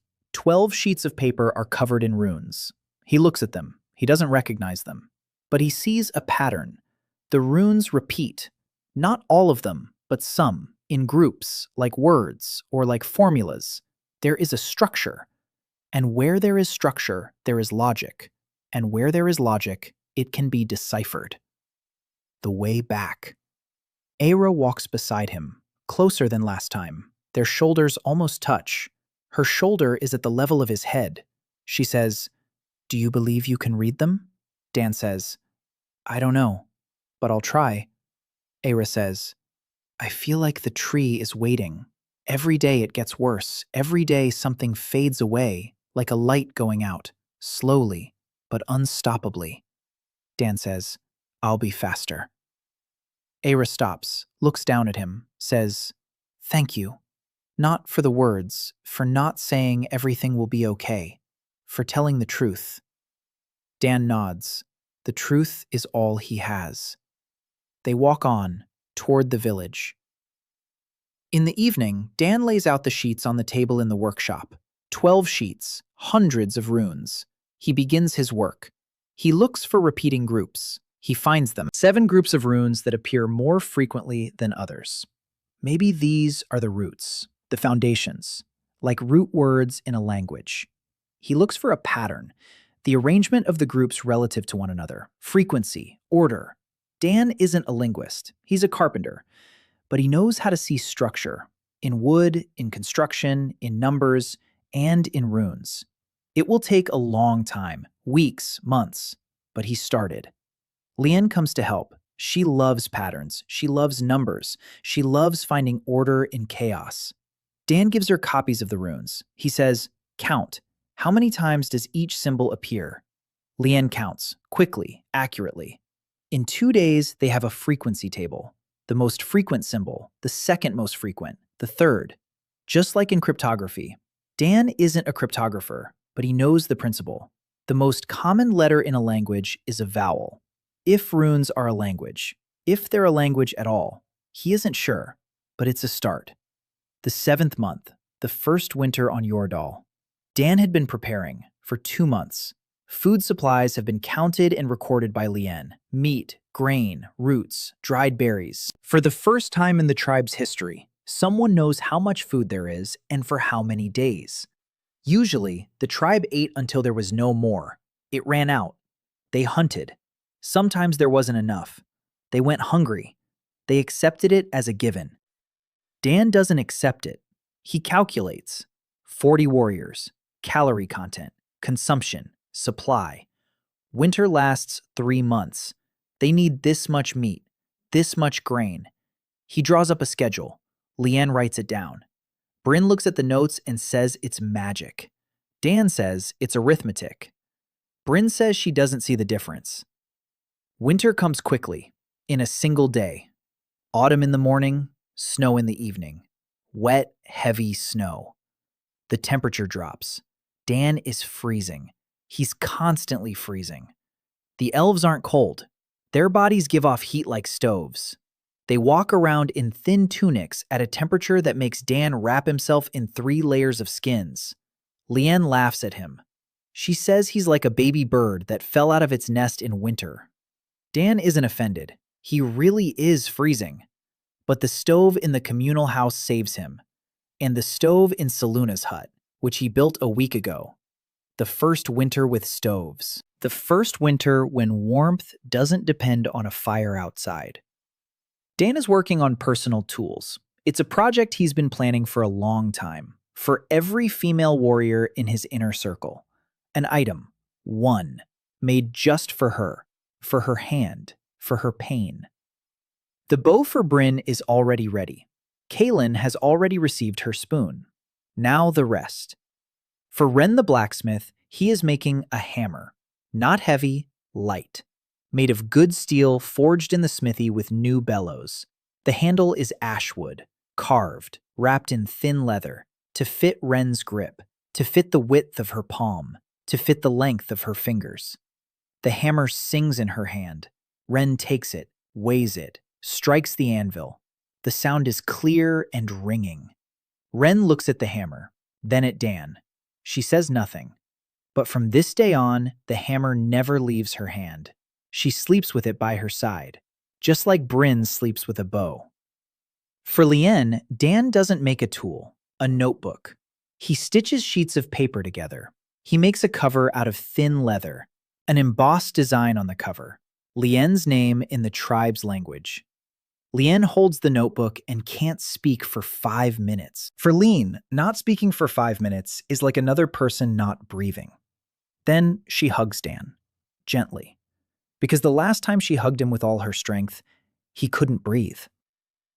Dan makes a kit for Saluna, a medical kit. 5 knives of different sizes, a needle, a forged steel clamp, tweezers, everything in a leather case with compartments. Every tool fits her hand, tailored to the size of her fingers. Saluna unwraps the kit. She looks at each instrument. She touches them. She picks up a knife, small, thin, for precision work. She holds it. It fits in her palm like her own finger. Saluna looks at Dan. She doesn't say thank you. She says something else. Now I can save the one I couldn't before. Dan nods. Yes, you can. Saluna presses the kit to her chest. She closes her eyes. 200 years. For 200 years, she was a shaman without tools, a seer without the power to change what she saw. 200 years of powerlessness. Over. For Tara, Dan thinks long and hard. What to give a woman who wants nothing from him, who is afraid to accept, who has carried guilt for 300 years? He doesn't make a weapon. Tara doesn't need a weapon. He doesn't make a tool. Tara isn't a craftsman. He makes a bowl, a simple one, made of oak, winter oak, thick walls, heavy, reliable, like her. A mark is carved on the bottom of the cup, not a name, a symbol, a shield, Because Tara is a shield. For 300 years, she stood between the tribe and the world. She made decisions that no one else could make. She bore a burden that no one else could bear. Dan leaves the bowl at the entrance to Tara's hut. In the morning, before dawn, he doesn't hand it over. He leaves it, because Tara won't accept it from his hands. Not now. A day later, Dan sees Tara in the square. She is drinking from the bowl. His bowl. Silently. She doesn't look his way, but she drinks. Every day. From that day on, for Era, Dan makes one last thing. It takes a long time. A week. It's not a tool or a piece of tableware. It's a box. Small by their standards. Ordinary by his. Made of linden wood. With a lid on wooden hinges. Inside, a compartment lined with moss. A box for storing anything. Seeds, leaves, bark, small things, living things. Things from the tree. Dan brings the box to Era. She stands at the entrance to the priestess's hut, takes it, opens it, looks inside, at the moss, at the hinges, at the smooth sides. She closes it, opens it again, presses it to her chest, just as Seluna pressed the set, just as Ren pressed the hammer, just as Lien pressed the book. The same gesture, the gesture of a person holding, for the first time in her life, a thing made for her, just for her, personally. Era looks at Dan. She speaks. No one has ever given me a gift. 200 years. No one. Everything is shared. Everything is for everyone. But this is for me. Dan nods. For you. Just for you. Era does something Dan doesn't expect. She bends down. She's 5'8". She leans toward him and touches his forehead with hers. Lightly. For a second. Then she straightens up. She walks away. Dan stands there. His forehead is burning. Not from the heat. From something else. Winter is in full swing. Snow up to the waist. Up to Dan's waist. Up to the elves' knees. Wind. Cold. It gets dark early. It gets light late. The tribe lives in houses. Their first winter in houses with stoves. Their first winter with food supplies. Their first winter when no one goes hungry. Dan is counting. There's enough food, with some to spare. Lien checks his calculations. They match. They're sitting in the communal house by the stove. All together. 40 warriors. And one little man. Someone is telling a story. Someone is laughing. Someone is sharpening a knife. Someone is sleeping. An ordinary evening. An ordinary winter. But not ordinary for Dan. He's sitting on a bench. His feet don't reach the floor. Kaylin is next to him. Her shoulder is at the level of his head. On the other side is Lien. She's writing in her notebook. Bryn is peeling onions by the far wall. Seluna is preparing willow tea by the stove. The end of winter. The middle of the 8th month. The dregs come at night. Dan wakes up to a scream. Not human. Animal. A roar that vibrates in his bones. Then a second scream. A third. A 10th. A pack. He bolts out of the hut. It's dark. Snow. Torches flare along the village perimeter. The warriors emerge from their huts, silently, quickly, weapons in hand. Each knows her place. 2 months of training. 2 months of stockades and hunting pits and signal ropes. Dan runs toward the communal house, toward the center. His place is not in battle. His place is in the center, where he can see everything. He climbs onto the roof using the ladder he built specifically for this purpose. He looks. The stockade is working. Dan sees. Sharp stakes are driven into the ground at an angle along the northern and western sides of the village. That's where the dregs come from. Always. Against the wind. Just as he calculated. The first beasts stumble into the stakes. They don't stop, but they slow down. They break formation. The pack scatters. Individual dregs slip into the narrow passages between the stakes. One beast, one warrior. Bryn stands in the passage with a new bow. She shoots. The arrow vanishes into the darkness. A screech, a hit. She shoots again. Another screech. The bowstring sings. Clean. Steady. It doesn't snap. It doesn't stretch. Every shot is accurate. Every arrow finds its mark. In another passageway, Tara, with an axe. A draugr bursts into the passageway. Tara meets him. One blow. The beast falls. Next, another blow. Tara doesn't move from her spot. No need. The passage is narrow. The beast can only come from the front, and Tara is waiting for it there. The pit traps are working. Dan sees two draugs fall in. Not deep, half a meter, but enough. The beasts stumble, lose their momentum, they fall. The warriors finish them off. The signal ropes are working, strung at the level of a draig's ankle between the trees around the village. When a beast touches the rope, a bell rings at the other end, a forged one. Ren made 20 of them. Each bell is tied to a specific rope. Each rope points in a specific direction. Dan hears the ringing. He counts. North, west, northwest. He identifies them. 3 groups. The main force from the north, a flanking force from the west, a reconnaissance unit from the northwest. He shouts. His voice is thin and weak next to the roar of the beasts and the screams of the warriors. But Lien is nearby, on the roof. She hears him. She shouts, loudly, powerfully. A teenager's voice that drowns out the noise of battle. Lien relays his commands. 3 from the west. Reinforce the left passage.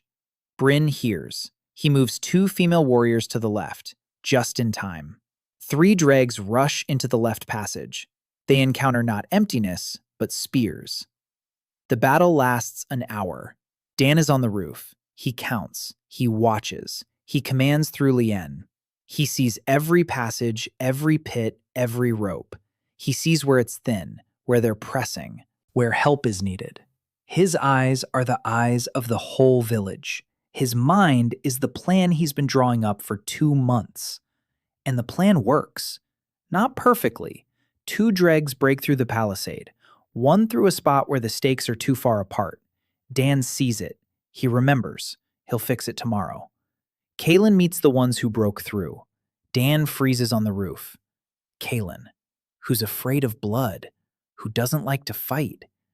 She stands before the draugr with a spear, a beast the size of a horse, saber-like fangs, yellow eyes. Kaylin stands. She doesn't run.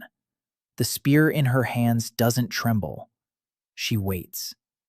The draugr leaps. Kaylin steps to the side, calmly, precisely. The spear pierces the beast's side, cleanly, deeply. The beast falls. Kaylin pulls out the spear, turns to the second one. The second draug looks at her, at its dead comrade, at the spear in her hands. It turns. It runs away. Kaylin stands. Her hands are covered in blood. Her face is pale, but she stands. Dan is breathing. He realizes he hasn't been breathing for the last 30 seconds. By dawn, it's all over. The pack is broken. Dan counts the carcasses. 27 drags. A pack of 30. 27 dead. 3 gone. The tribe's losses. 2 wounded. Seriously, but not fatally. With Aluna is already nearby. A kit in her hands. Boiled water. Willow decoction. Clean cloth. She works. Quickly. Confidently. She washes the wounds. Stops the bleeding. Applies bandages. Dan watches her and thinks. 5 months ago, she didn't know water had to be boiled. Now, she's saving lives. 2 wounded. Last winter, 4 died. The winter before that, 6. 27 drags. 2 wounded. Not a single death. Numbers. Simple. Clear. Irrefutable. Morning. The square. The tribe stands in a circle. Tired. Covered in blood. Covered in mud. But they stand. Tara in the center. Dan sees her. 3 meters tall. A scar across her face. An axe in her hand. Blood on the axe. She scans the circle. Every warrior. Then she looks at Dan, who stands on the edge. Small. Unarmed. No blood on his hands. Tara walks toward him, step by step. The ground rumbles. She stops in front of him, silent, then slowly drops to one knee, 6 feet tall, kneeling before him, and still taller than him. She removes the sheath with the combat knife from her belt, that very one, the one she gave to Bryn for her birthday. No, another, her own, an old one, 300 years old. She places it on the ground in front of Dan. She straightens up, looks him in the eyes. She doesn't give in. She admits it. The difference is enormous. Dan looks at the knife, at Tara, at the blood on her hands, at the scar, at the eyes behind the scar. He bends down, picks up the shawl, hands it back, speaks. It's yours. You defended your home. I just drew the plan. Tara looks at him, at the knife in his hands, takes it, slowly, and Dan sees. Her fingers tremble for a split second.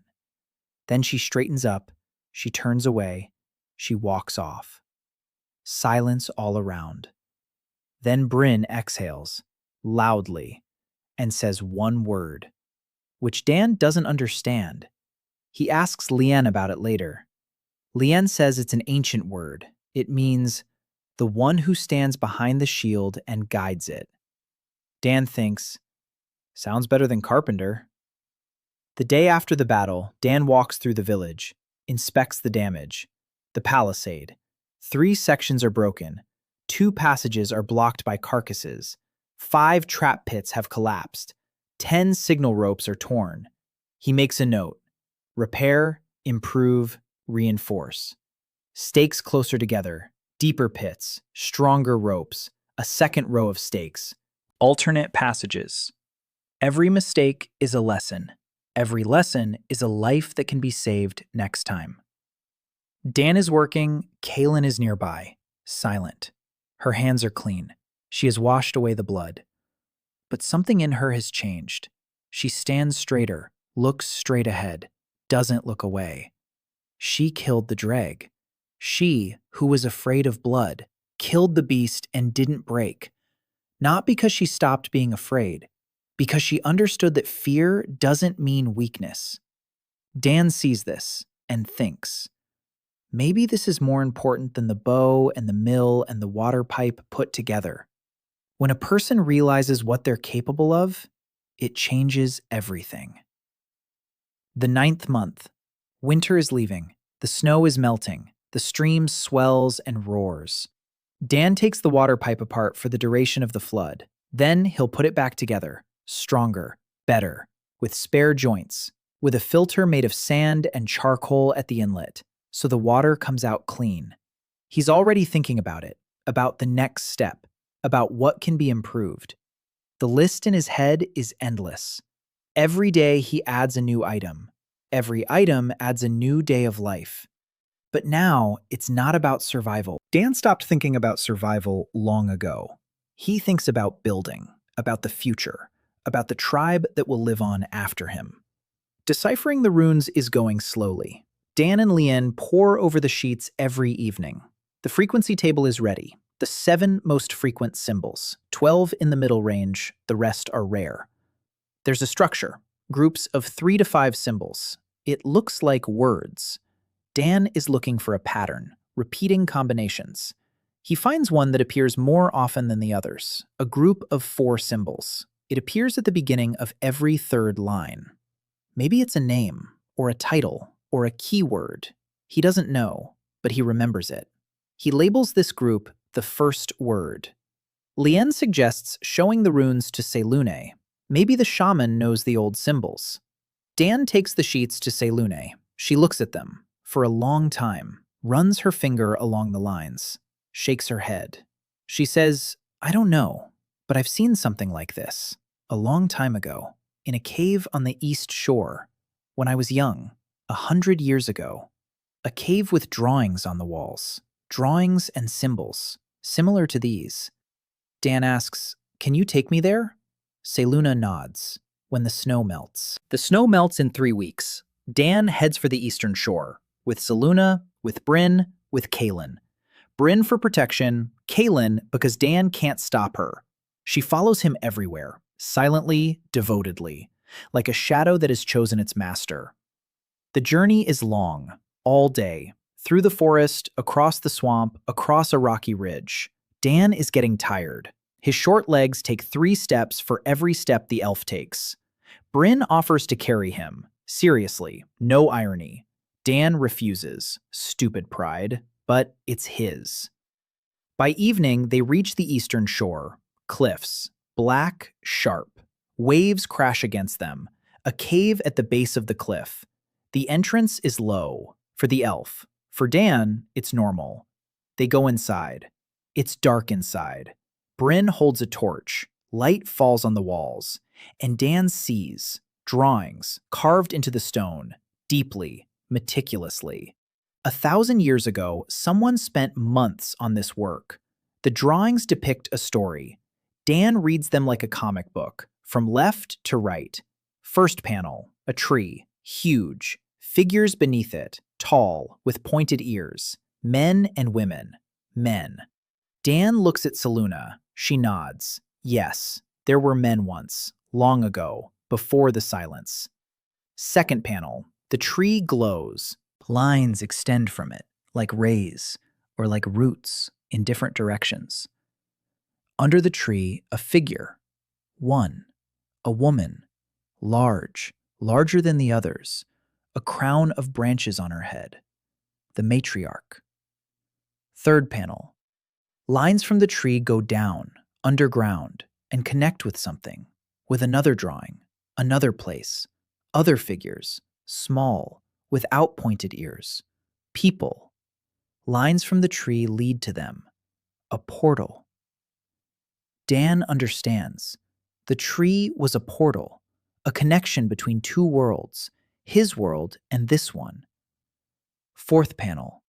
Figures pass through the portal, in both directions. Trade, communication, exchange. Fifth panel. Something is wrong. Something else is coming through the portal. Dark, formless, with eyes, many eyes. Sixth panel. Darkness spreads. The figures run. Trees burn. The earth splits open. Seventh panel. The matriarch stands by the tree. In her hands is a long object, a nail. She drives it into the tree. The light fades. The lines break off. The portal closes. The darkness with eyes is cut off. On the other side. Eighth panel. Afterward. The tree stands, but dark, sick. The men have vanished. Only women remain. A ring surrounds the island. A storm. The silence of the gods. Dan stands before the wall. His hands tremble. He understands. Everything. Entirely. The nail in the tree's roots is not a curse. It is a seal. The matriarch sealed the portal to stop something that was coming through it. Something dark. With eyes. The price she paid was everything. The men of the tribe. The connection to the outside world. The tree's health. Her own life. The seal has held for 1,000 years, but the tree is dying. Slowly. The nail is killing it. And if the tree dies, the tribe will die with it. But if the nail is pulled out, the portal will open, and whatever the matriarch sealed 1,000 years ago will come out. Dan looks at Seluna. She knew. Not everything, but she had a hunch. Her dreams. A stranger pulls out the nail. Light. And then she wakes up. Because what comes after the light, she doesn't want to see. Or can't. Dan asks. Vesnir knows. Seluna nods. Vesnir knows. She remembers. She was 30 years old when it happened, 1,000 years ago. She saw the first mother, saw her drive in the nail, saw what came through the portal. And that is why she is doing everything she can to keep the nail in place. For her, it's better for the tribe to die than for the portal to open. Her motive is noble. She's protecting them in her own way. but her protection is killing those she's protecting. Kaylin stands nearby. She looks at the drawings. Her face is pale. Bryn is silent. She grips her bow. Dan speaks. We need to go back. We need to tell the council. Seluna shakes her head. No, not the council. The council will split. Tara will side with Vesnir. They both remember that outsiders bring trouble. And now Vesnir has an argument. The nail is protection. Protection from what? Tara asks. And Vesnir will show the sixth panel. Darkness with eyes. And the council will decide it's better to die than to open it. Dan thinks, Seluna is right. We need another way. We need to understand the runes, to understand exactly what the progenitor did. Maybe there's a way to pull out the nail without opening the portal. Maybe the runes aren't just a seal, but instructions. Maybe the answer lies within them. Dan takes a piece of paper. He copies the drawings from the wall, every single one, all 8 panels. Then he looks for symbols, text. He finds them. Under each drawing, a line of symbols, the same runes as on the nail, but different ones, new ones, not found on the nail. Dan copies them down, carefully, precisely, line by line. New information, more symbols, more context, the key to deciphering them. The 10th month. Dan deciphers the runes, not all of them, but enough. The breakthrough comes in the 3rd week of work. Lean finds the key. Not Dan, Lean. She notices that the symbols from the cave beneath the drawings correspond to the drawings. The drawing of the tree. Beneath it, a group of symbols. The drawing of fire. Below it, another group. The drawing of water. A 3rd group. Pictographic correspondence. The symbols represent what is drawn. Lean is a teenager. She is 14 years old. She doesn't know what a pictogram is, but she sees a pattern, because that's how her brain works. She sees connections. She sees patterns. Dan looks at her chart, looks at the symbols, looks at the drawings, and understands. She's right. It's not an alphabet. It's not letters. It's picture words. Each symbol is a whole concept, like a hieroglyph. Tree, water, fire, earth, life, death. Dan begins to substitute meanings, slowly, carefully, checking each one, and the text begins to emerge, like an image in a developer, murky, blurry, but recognizable. The first word, the one that appears most often, the one beneath the drawing of the progenitor. It does not mean a name. It means she who closed, a title, a function. The first mother sealed the portal and her name was erased. Only the function remained. She who closed. Dan reads on. The text on the nail is an instruction. Not a curse, not a spell, an instruction. Like an instruction manual. Dan almost laughs. He's been reading instruction manuals his whole life. For machines, for ships, for tools. And now he's reading the instruction manual for the nail that seals the portal between worlds. The instructions say the following. The seal connects the tree and the portal. As long as the nail is in the tree, the portal is closed. The tree bears a price. The price grows. When the price becomes too great, the tree will die. When the tree dies, the seal will fall. The portal will open. Uncontrolled, unprotected. Darkness will emerge. Dan rereads it 3 times, 4 times. He understands. The progenitor knew that the seal was temporary. She knew the tree would die. She knew the portal would open again. She wasn't saving it forever. She was buying time, 1,000 years of time. For what? Dan reads on. The instructions continue. To remove the seal without consequences, one who came from the other side of the seal, not born on the island.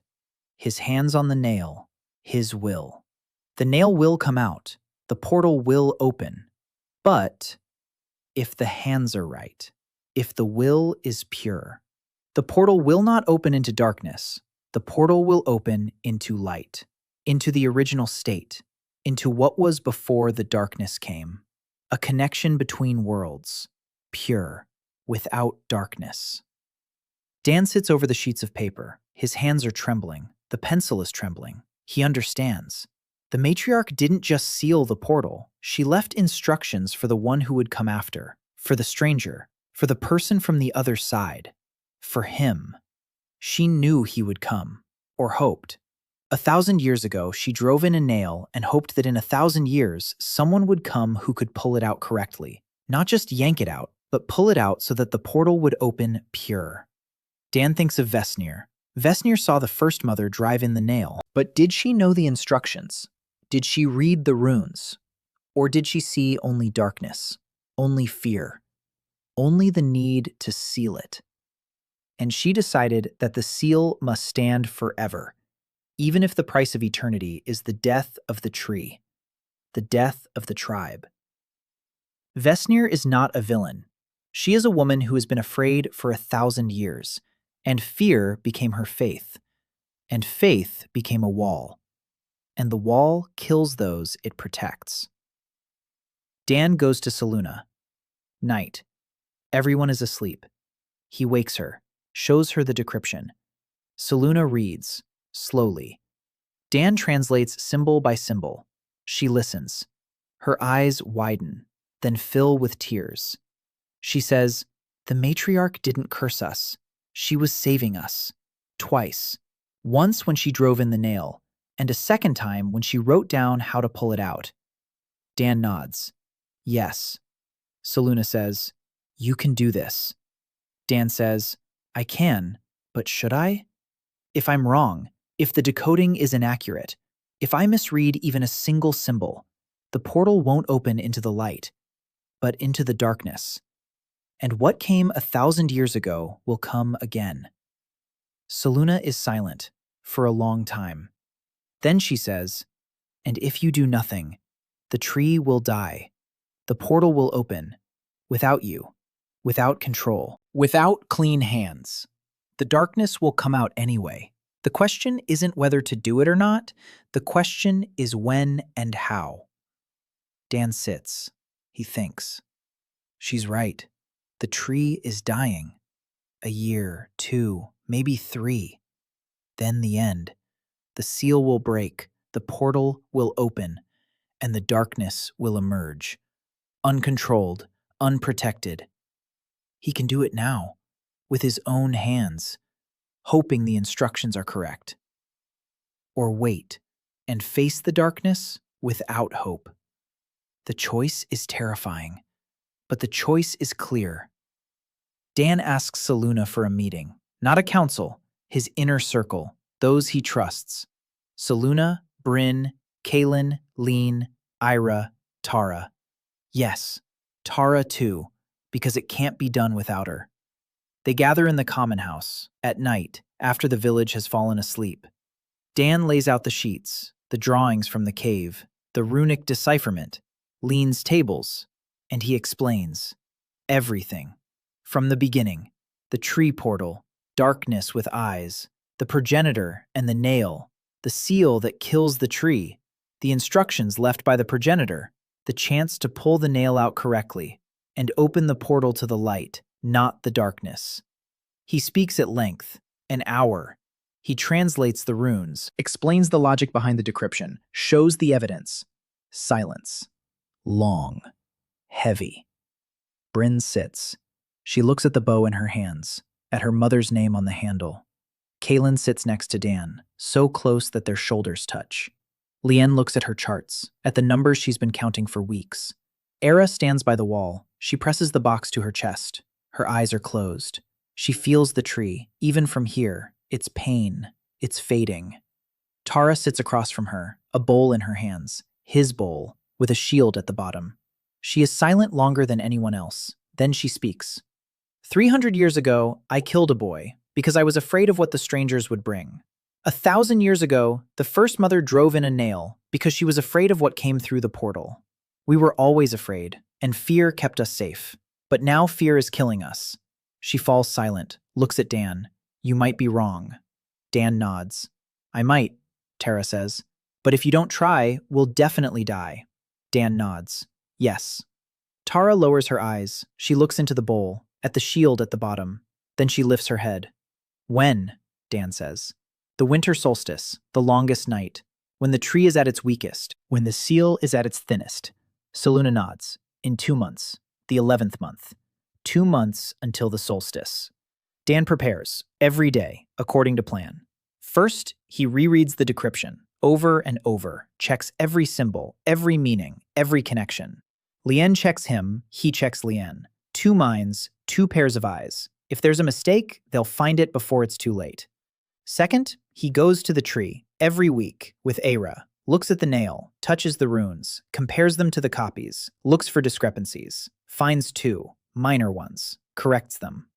Third, he talks to Vesnir. Yes, to Vesnir. He goes to her himself. She lives on the edge of the village, in a hut made of living wood. The oldest hut. It's been standing for 1,000 years.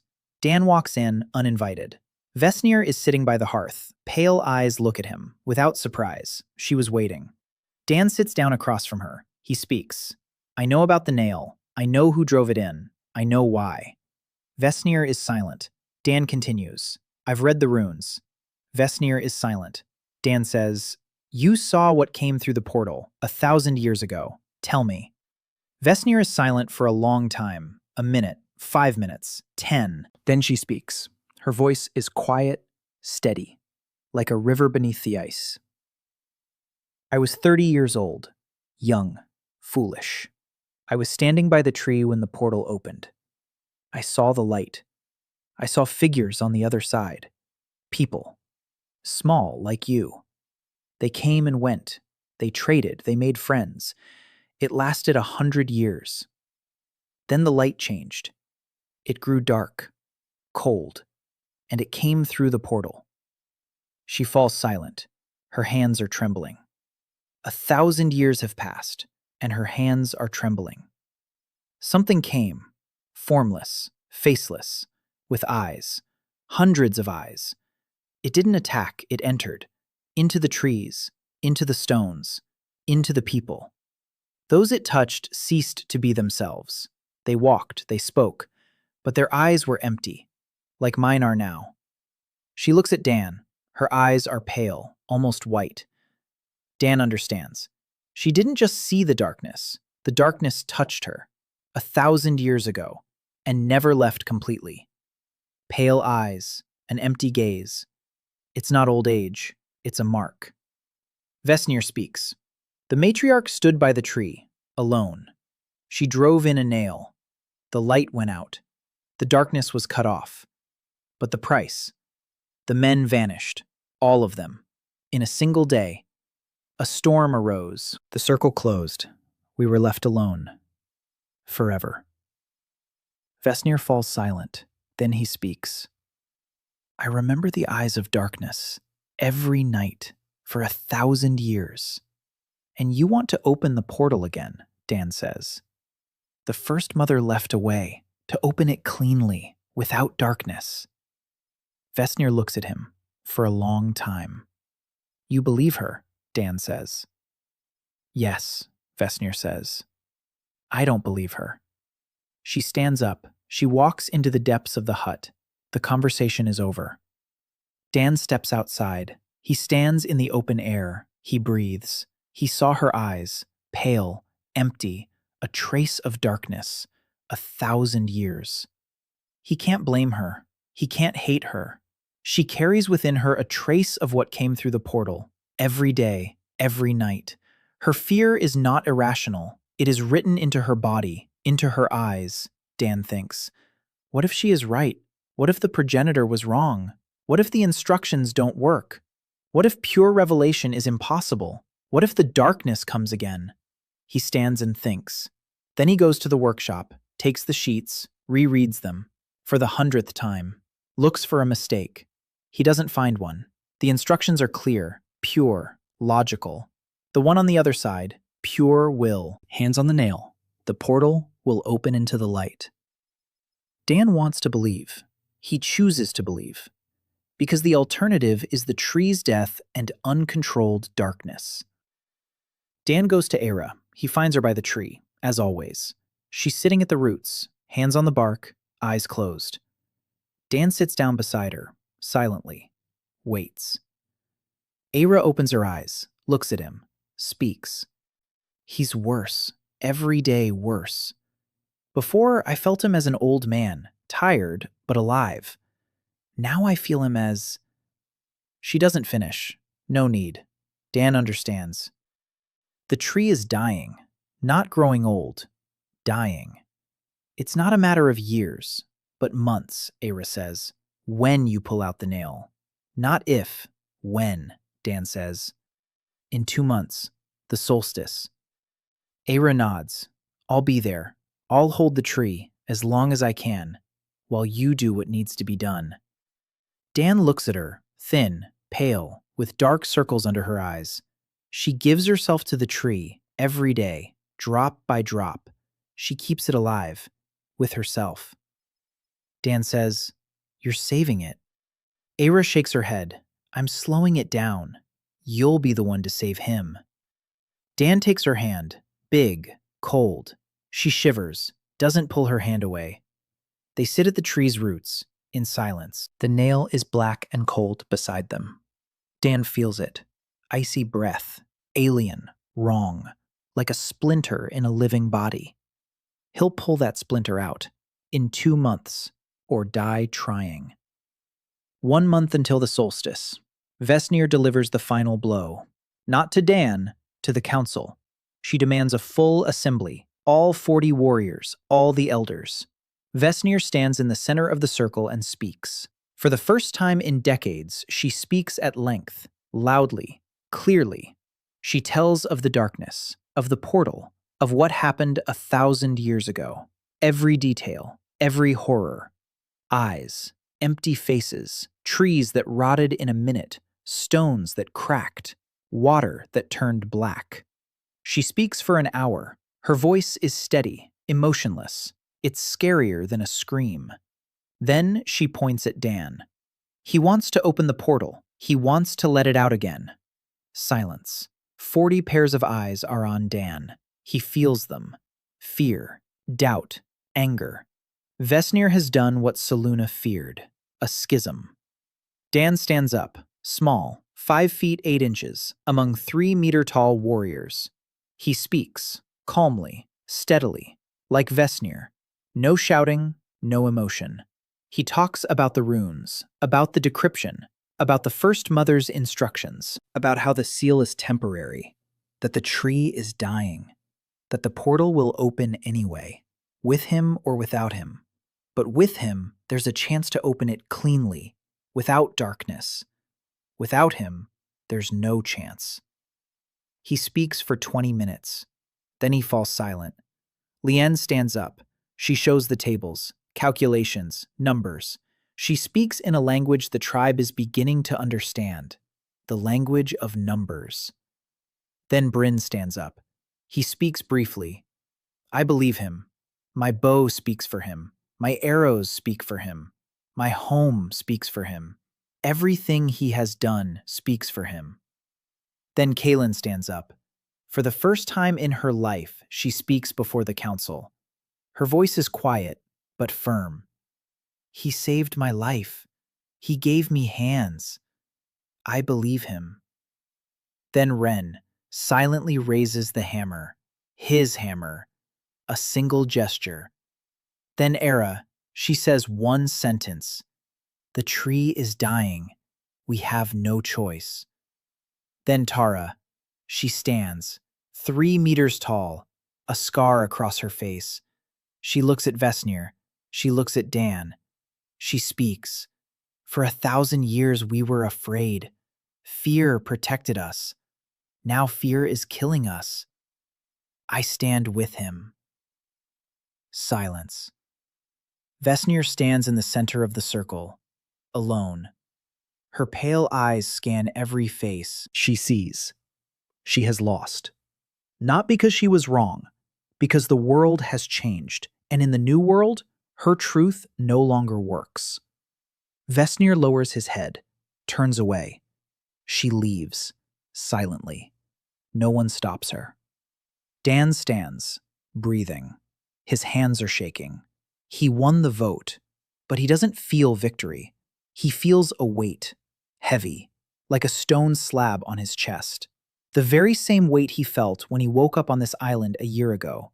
Only now the slab is heavier, because on it rests the fate of 40 lives, and the tree, and perhaps 2 worlds. The 12th month, the night of the winter solstice, the longest night of the year. The tribe gathers at the mother tree, all 40 warriors, torches. The fire flickers in the wind. Snow is falling, soft, quiet. Flakes settle on the branches of iguane and melt. The tree is still warm, still alive, but Dan sees. The bark has darkened. The leaves on the lower branches have turned black. The roots that once hummed with life are now cold, like stone. The tree is dying, not in years, in months, maybe in weeks. Era stands at the roots, hands on the bark, eyes closed. She holds on, with the last thing she has, herself. Dan sees the veins on her temples bulge, her face turn pale. She is giving her life to the tree. Drop by drop, second by second. Dan stands before the nail, black, icy. The runes on the shaft glimmer dimly in the torchlight, or so it seems to him. He holds a scroll in his hands, the decryption, complete. Every symbol, every word, every instruction. He has read it 300 times, checked it 300 times, searched for a mistake 300 times, found none. But the fear remains, small, cold, in his gut, like a nail. His own nail. Dan looks at the tribe, 40 faces in the light of the torches. Seluna stands to his right, crying, quietly. Tears are streaming down her face and she doesn't wipe them away. She's been waiting 250 years for this moment. She saw it in her dreams. She feared it. She hoped for it. And now it's here. Tara stands by the farthest tree root. Her hand grips the handle of the axe. Her knuckles are white. If darkness emerges from the portal, Tara will be the first to meet it. She has decided. Silently. She stands where she stands, between the portal and the tribe, as she has stood for 300 years, as she will stand for as long as it takes. Dan speaks. His voice is calm, his hands are not. His hands are trembling, but his voice is calm. He tells her what is about to happen. I'll grab the nail, I'll pull. If the decryption is correct, if the instructions work, the nail will come out, the portal will open, into the light. The tree will be healed. If I'm wrong, he doesn't finish. He doesn't need to. Everyone knows. If he's wrong, what emerged from the portal is what the First Mother sacrificed her life to protect this island. Silence. Snow is falling. Torches crackle. The tree breathes, slowly, heavily, like an old man on his deathbed. Dan looks at the nail, then at the tribe. Bryn steps forward, stands beside him, silently, bow on her back, hand on his shoulder, heavy, warm. She says nothing. Her presence says it all. Then Kaylin steps out of the circle, stands on the other side. She takes his hand. Her fingers are long and calloused from the wood, the fingers of a craftsman. She squeezes his palm. Then Lion, she approaches, stands behind him, places her hands on his shoulders, light by their standards, heavy by his. Then Aira, she pulls her hands away from the bark, slowly, painfully. She approaches him. She stands beside him. She doesn't touch him. She just stands there, beside him. Then Tara. She turns away from her post, walks toward him. Every step is heavy, slow. She removes the axe from her belt, places it at his feet. Not like last time, not a confession. Something else. Trust. She leaves the weapon. because she believes it won't be needed, or because if it is needed, the axe won't help. Saluna is last. She approaches, slowly, every step. 250 years led to this step. She says nothing, takes his hand, the left one. Kaelin holds the right, Saluna the left. 2 hands, 2 women, the master and the seer. Dan stands between them, small, 5 feet 8, among giants, among warriors, among beings 10 times his age, stronger than 20, wiser than 100. And they all stand behind him. They all believe in him. The carpenter from Maine, who knows how a lever works. Dan lets go of their hands, carefully, gently. He turns toward the nail. A step, another. He stands before it, black metal, icy. The eyes flicker, or maybe they don't. It doesn't matter. Dan raises his hands, places his palms on the nail's head, cold, sharp, piercing, like a blow. His hands burn from the cold, but he holds on.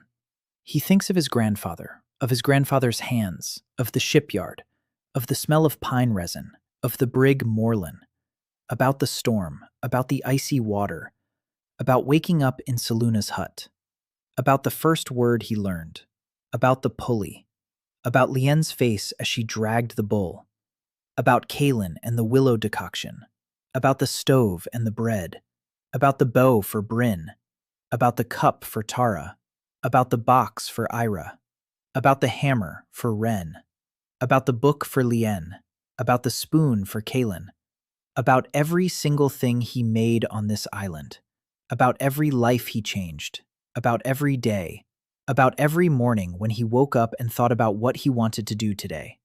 Not how to survive, but what to do. Dan pulls. The nail doesn't budge. He pulls harder, his muscles tense, weak by their standards, ordinary by his.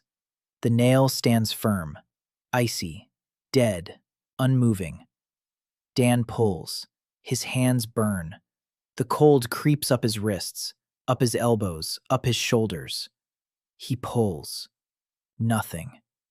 A minute, 2, 3. Nothing. The nail won't budge. Dan feels hope slipping away, feels the cold taking it, feels his hands going numb. He hears breathing behind him. 40 women who believe him, who stand behind him, and he can't budge the nail. Then he hears a voice, quiet, hoarse, from behind the roots. Vesnir. She has come, standing in the shadows, pale eyes glowing in the dark. She speaks. One sentence, not a curse, not a threat. She speaks, not with force. Dan freezes.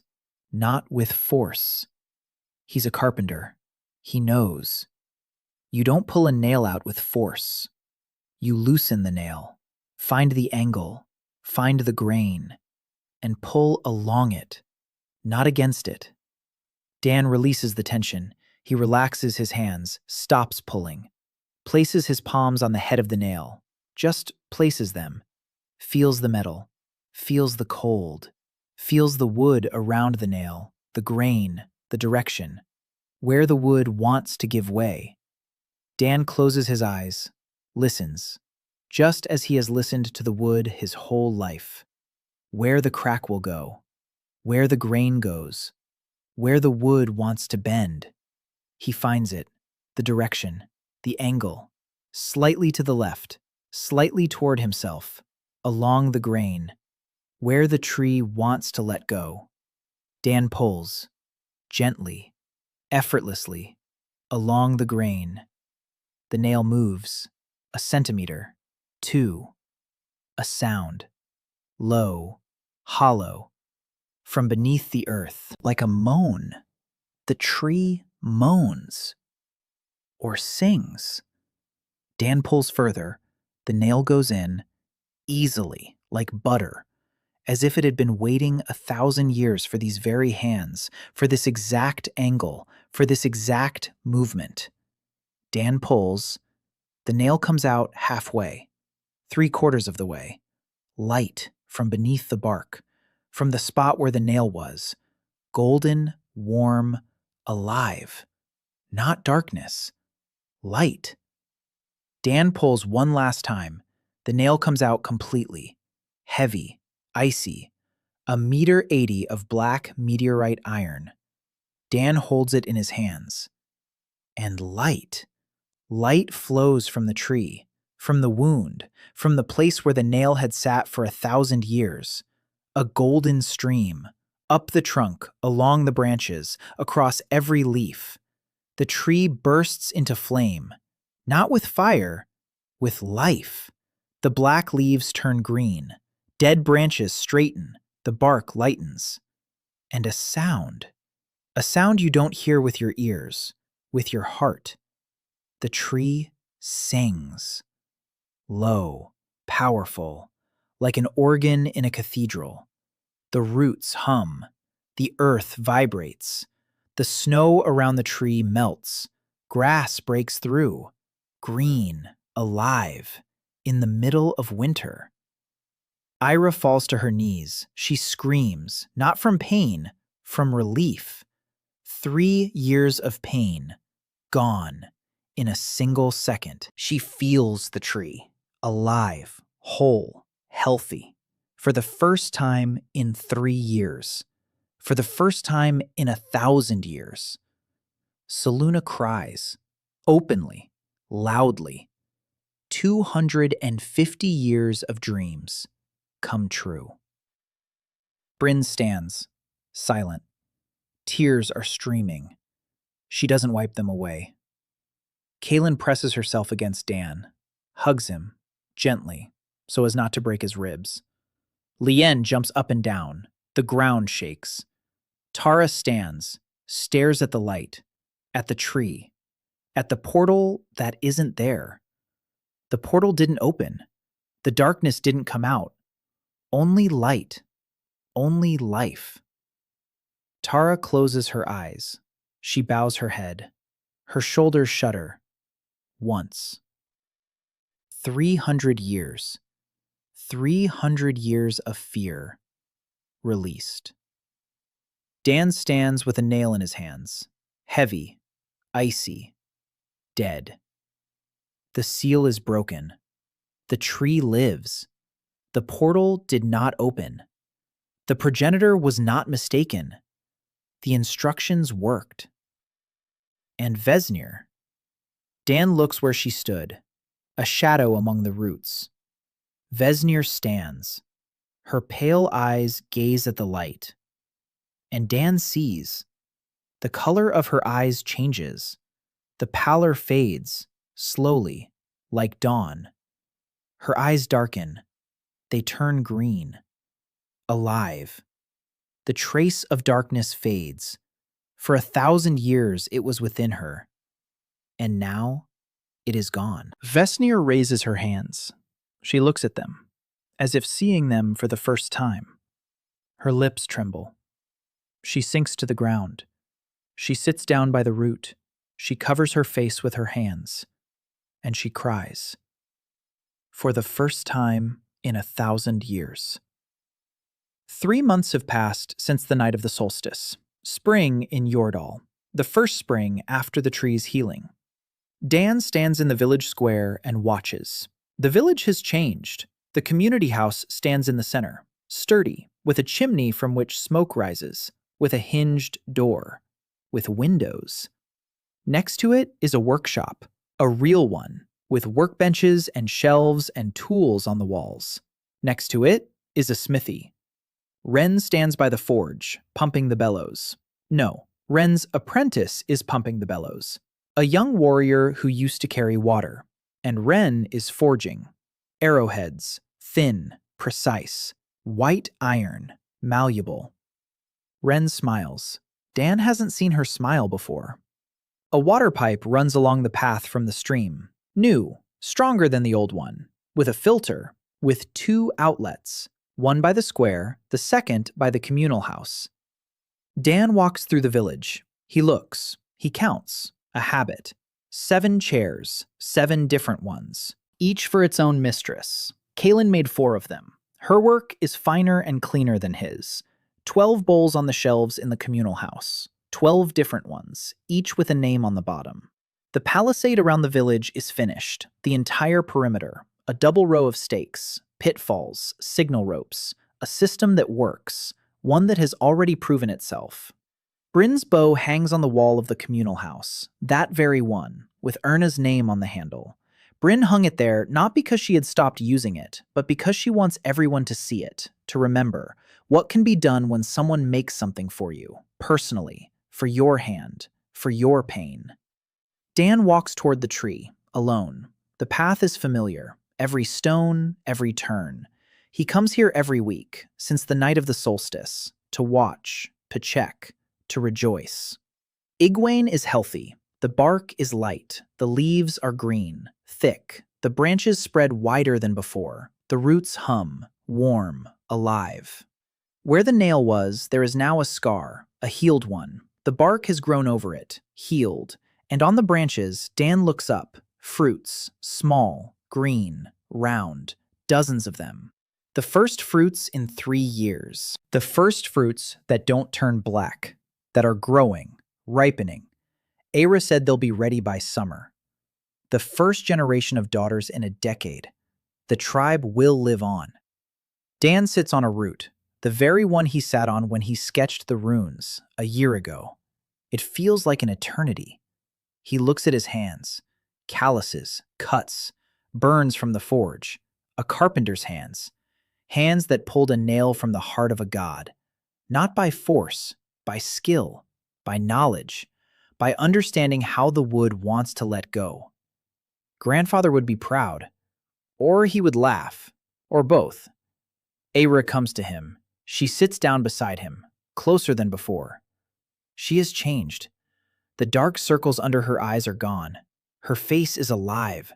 Her eyes are clear. She no longer carries the tree's pain. The tree is healthy, and she is healthy. For the first time in 3 years. She speaks. The fruits will ripen by midsummer. 8 fruits. 8 daughters. Dan nods. Good, Aera says. The first generation in 10 years. They will grow up in a world with stoves, and running water, and bows with proper strings, and a workshop, and books, and numbers. They will grow up in a different world, in a world you built. Dan shakes his head. That we built. Aera smiles, quietly, gently. She touches his shoulder, lightly. Then she stands up. She walks over to the tree. She places her hands on the bark. Not because of pain, because of joy. She listens. The tree sings, quietly, just for her. Dan returns to the village. In the square, Lien, she is teaching. 3 young warriors, numbers, counting, geometry. Lien stands with a stick by the sandy square and draws. A right angle, a rope with 12 knots. 3, 4, 5. The girl who was once considered too weak is now a teacher. She is 15. She keeps records. She counts the supplies. She measures everything that can be measured. And she teaches others. Knowledge does not die with its bearer. It is passed on, precisely, without loss. Lien is living proof of this. She sees Dan. She waves her hand. She shouts something cheerful. He can't make out the words, but he smiles. Kaelin is in the workshop, working. A part on the workbench, a complex one, a gear, wooden. The first gear on Yordle. Dan showed her the principle a week ago. She's carving the teeth. Precise, even, each one the same. Her hands are better than his. They were better from day one. Now the difference is huge. She's a master, a real one. Not because he taught her, because she was born a master. She just needed someone to give her a tool and tell her, you can do it. Kaelin looks up. She sees him. She smiles. The third smile. No, Dan has lost count. She smiles often now. Every day, she says. Look, she shows him the gear. The teeth are perfect. Dan takes it, turns it, checks it. Every tooth, every angle. Flawless. He says, Better than I could have done. Kaylin says, I know. No bragging, just a fact. Dan laughs. So does she. Bryn returns from the hunt. 4 deer, 3 drags that tried to attack the hunting party. Bryn shot 2 from 200 paces. New bow, new string, new arrows with wren tips, 0 misses. A hunt that used to cost blood is now routine. Bryn enters the village. She sees Dan. She approaches. She bends down. She kisses him on the top of his head, as if he were a child. Dan protests. Bryn laughs, a low, throaty laugh that makes the earth rumble. She says, You're mine. Dan says, You've already said that. Bryn says, And I'll say it again. She walks away. Every step pounds the ground. 6 feet 2 inches, the best hunter on the island, with the bow he made for her. His. Evening. The communal house. Everyone together. 40 female warriors and 1 little man. A fire in the hearth. Warmth. Food. Conversation. Laughter. Someone tells a story. Someone sings. That very lullaby. The one they hadn't sung in 200 years. The one they began singing again that night when Dan built the oven and fed them bread. Now they sing it every evening. Because soon there will be someone to sing to. 8 fruits on Egwene's branches. 8 daughters, the first generation of the new world. Tara sits by the door, a cup in her hands, his cup, with a shield at the bottom. She drinks, looks at Dan. Their eyes meet. Tara nods. One short nod. Acknowledgement. Respect. Something else. Something that 3 meters tall and 300 years old isn't ready to name yet. But Dan sees it, and Tara knows what he sees, and she doesn't look away. For the first time. Vesnir sits in the corner, quiet. Her eyes are green, alive, new, like a young woman's. 1,000 years of darkness left her that night by the tree. She is different, not kind, not gentle, but alive. She looks at Dan, not with hostility, not with love, with something else, with acceptance. She was wrong. Not that darkness is dangerous. Darkness was dangerous. She was wrong that the nail was the only protection. The first mother knew better, and the carpenter from another world knew better.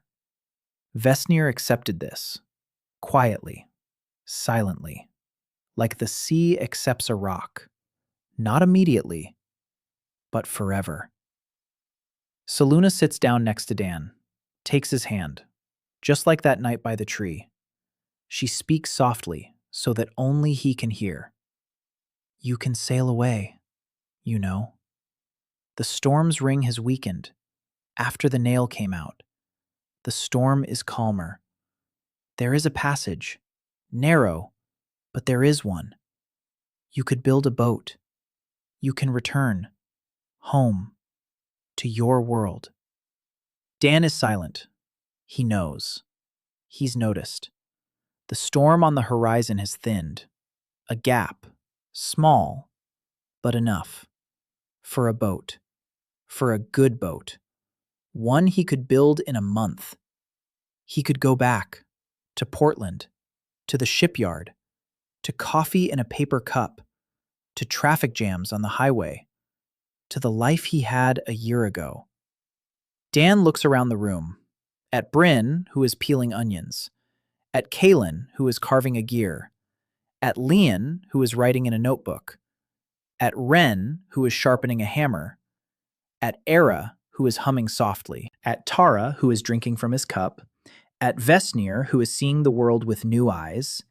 At the 40 women who have become his home. He thinks of the crates on the beach, about the 3 boxes of tools, about the brig Morlin, about the one who sent him, the grandson of the first mother. A man from a line that left Yordal 1,000 years before the cataclysm, who had searched for centuries for the right one, a craftsman with the right hands, without the right questions. Dan was chosen. The storm was no accident. The cargo was no accident. His life was someone else's plan. And when he learned this, he felt rage. Pure cold. His life, someone else's plan. But now, sitting in the house he built, among the people he saved, with Saluna's hand in his, he thinks, yes, he was chosen. Yes, he was guided. Yes, the storm was staged, and the cargo, and everything. But what he did here, he did it. Not a plan, not a scheme. Him. A pulley made of 2 blocks, willow tea for Kalen, bread from the oven, an onion for Bryn, a spoon for Kalen, a bowl for Tara, a palisade, leather bags, a water pipe. Every single thing. For a specific person. For a specific hand. For a specific pain. It wasn't someone else's plan. It was his. Only his. Dan turns to Saluna. He says, I need a board, a good one, made of winter oak, and nails, about 20 of them. Saluna looks at him, confused. Dan says, I'm going to build a door for my house, here. Saluna understands, slowly, then all at once. Her eyes. He saw those eyes on the first day, when she looked at him the way the old man looked at a broken engine. Fix it or write it off. That's when she decided. Now she knows. She knew then, on the first day, when he was lying on the cot and couldn't lift his head. She already knew that he would stay, that he wouldn't leave, that his home was here. She smiles, widely, openly. For the first time in 250 years, she smiles like that. She speaks. I'll show you where the best oak grows. Winter. Dan gets up. He leaves the communal house. He stands in the square. Night. Stars. Foreign, unfamiliar. No North Star. No Orion. No Sirius. A different sky. His sky. Dan looks up.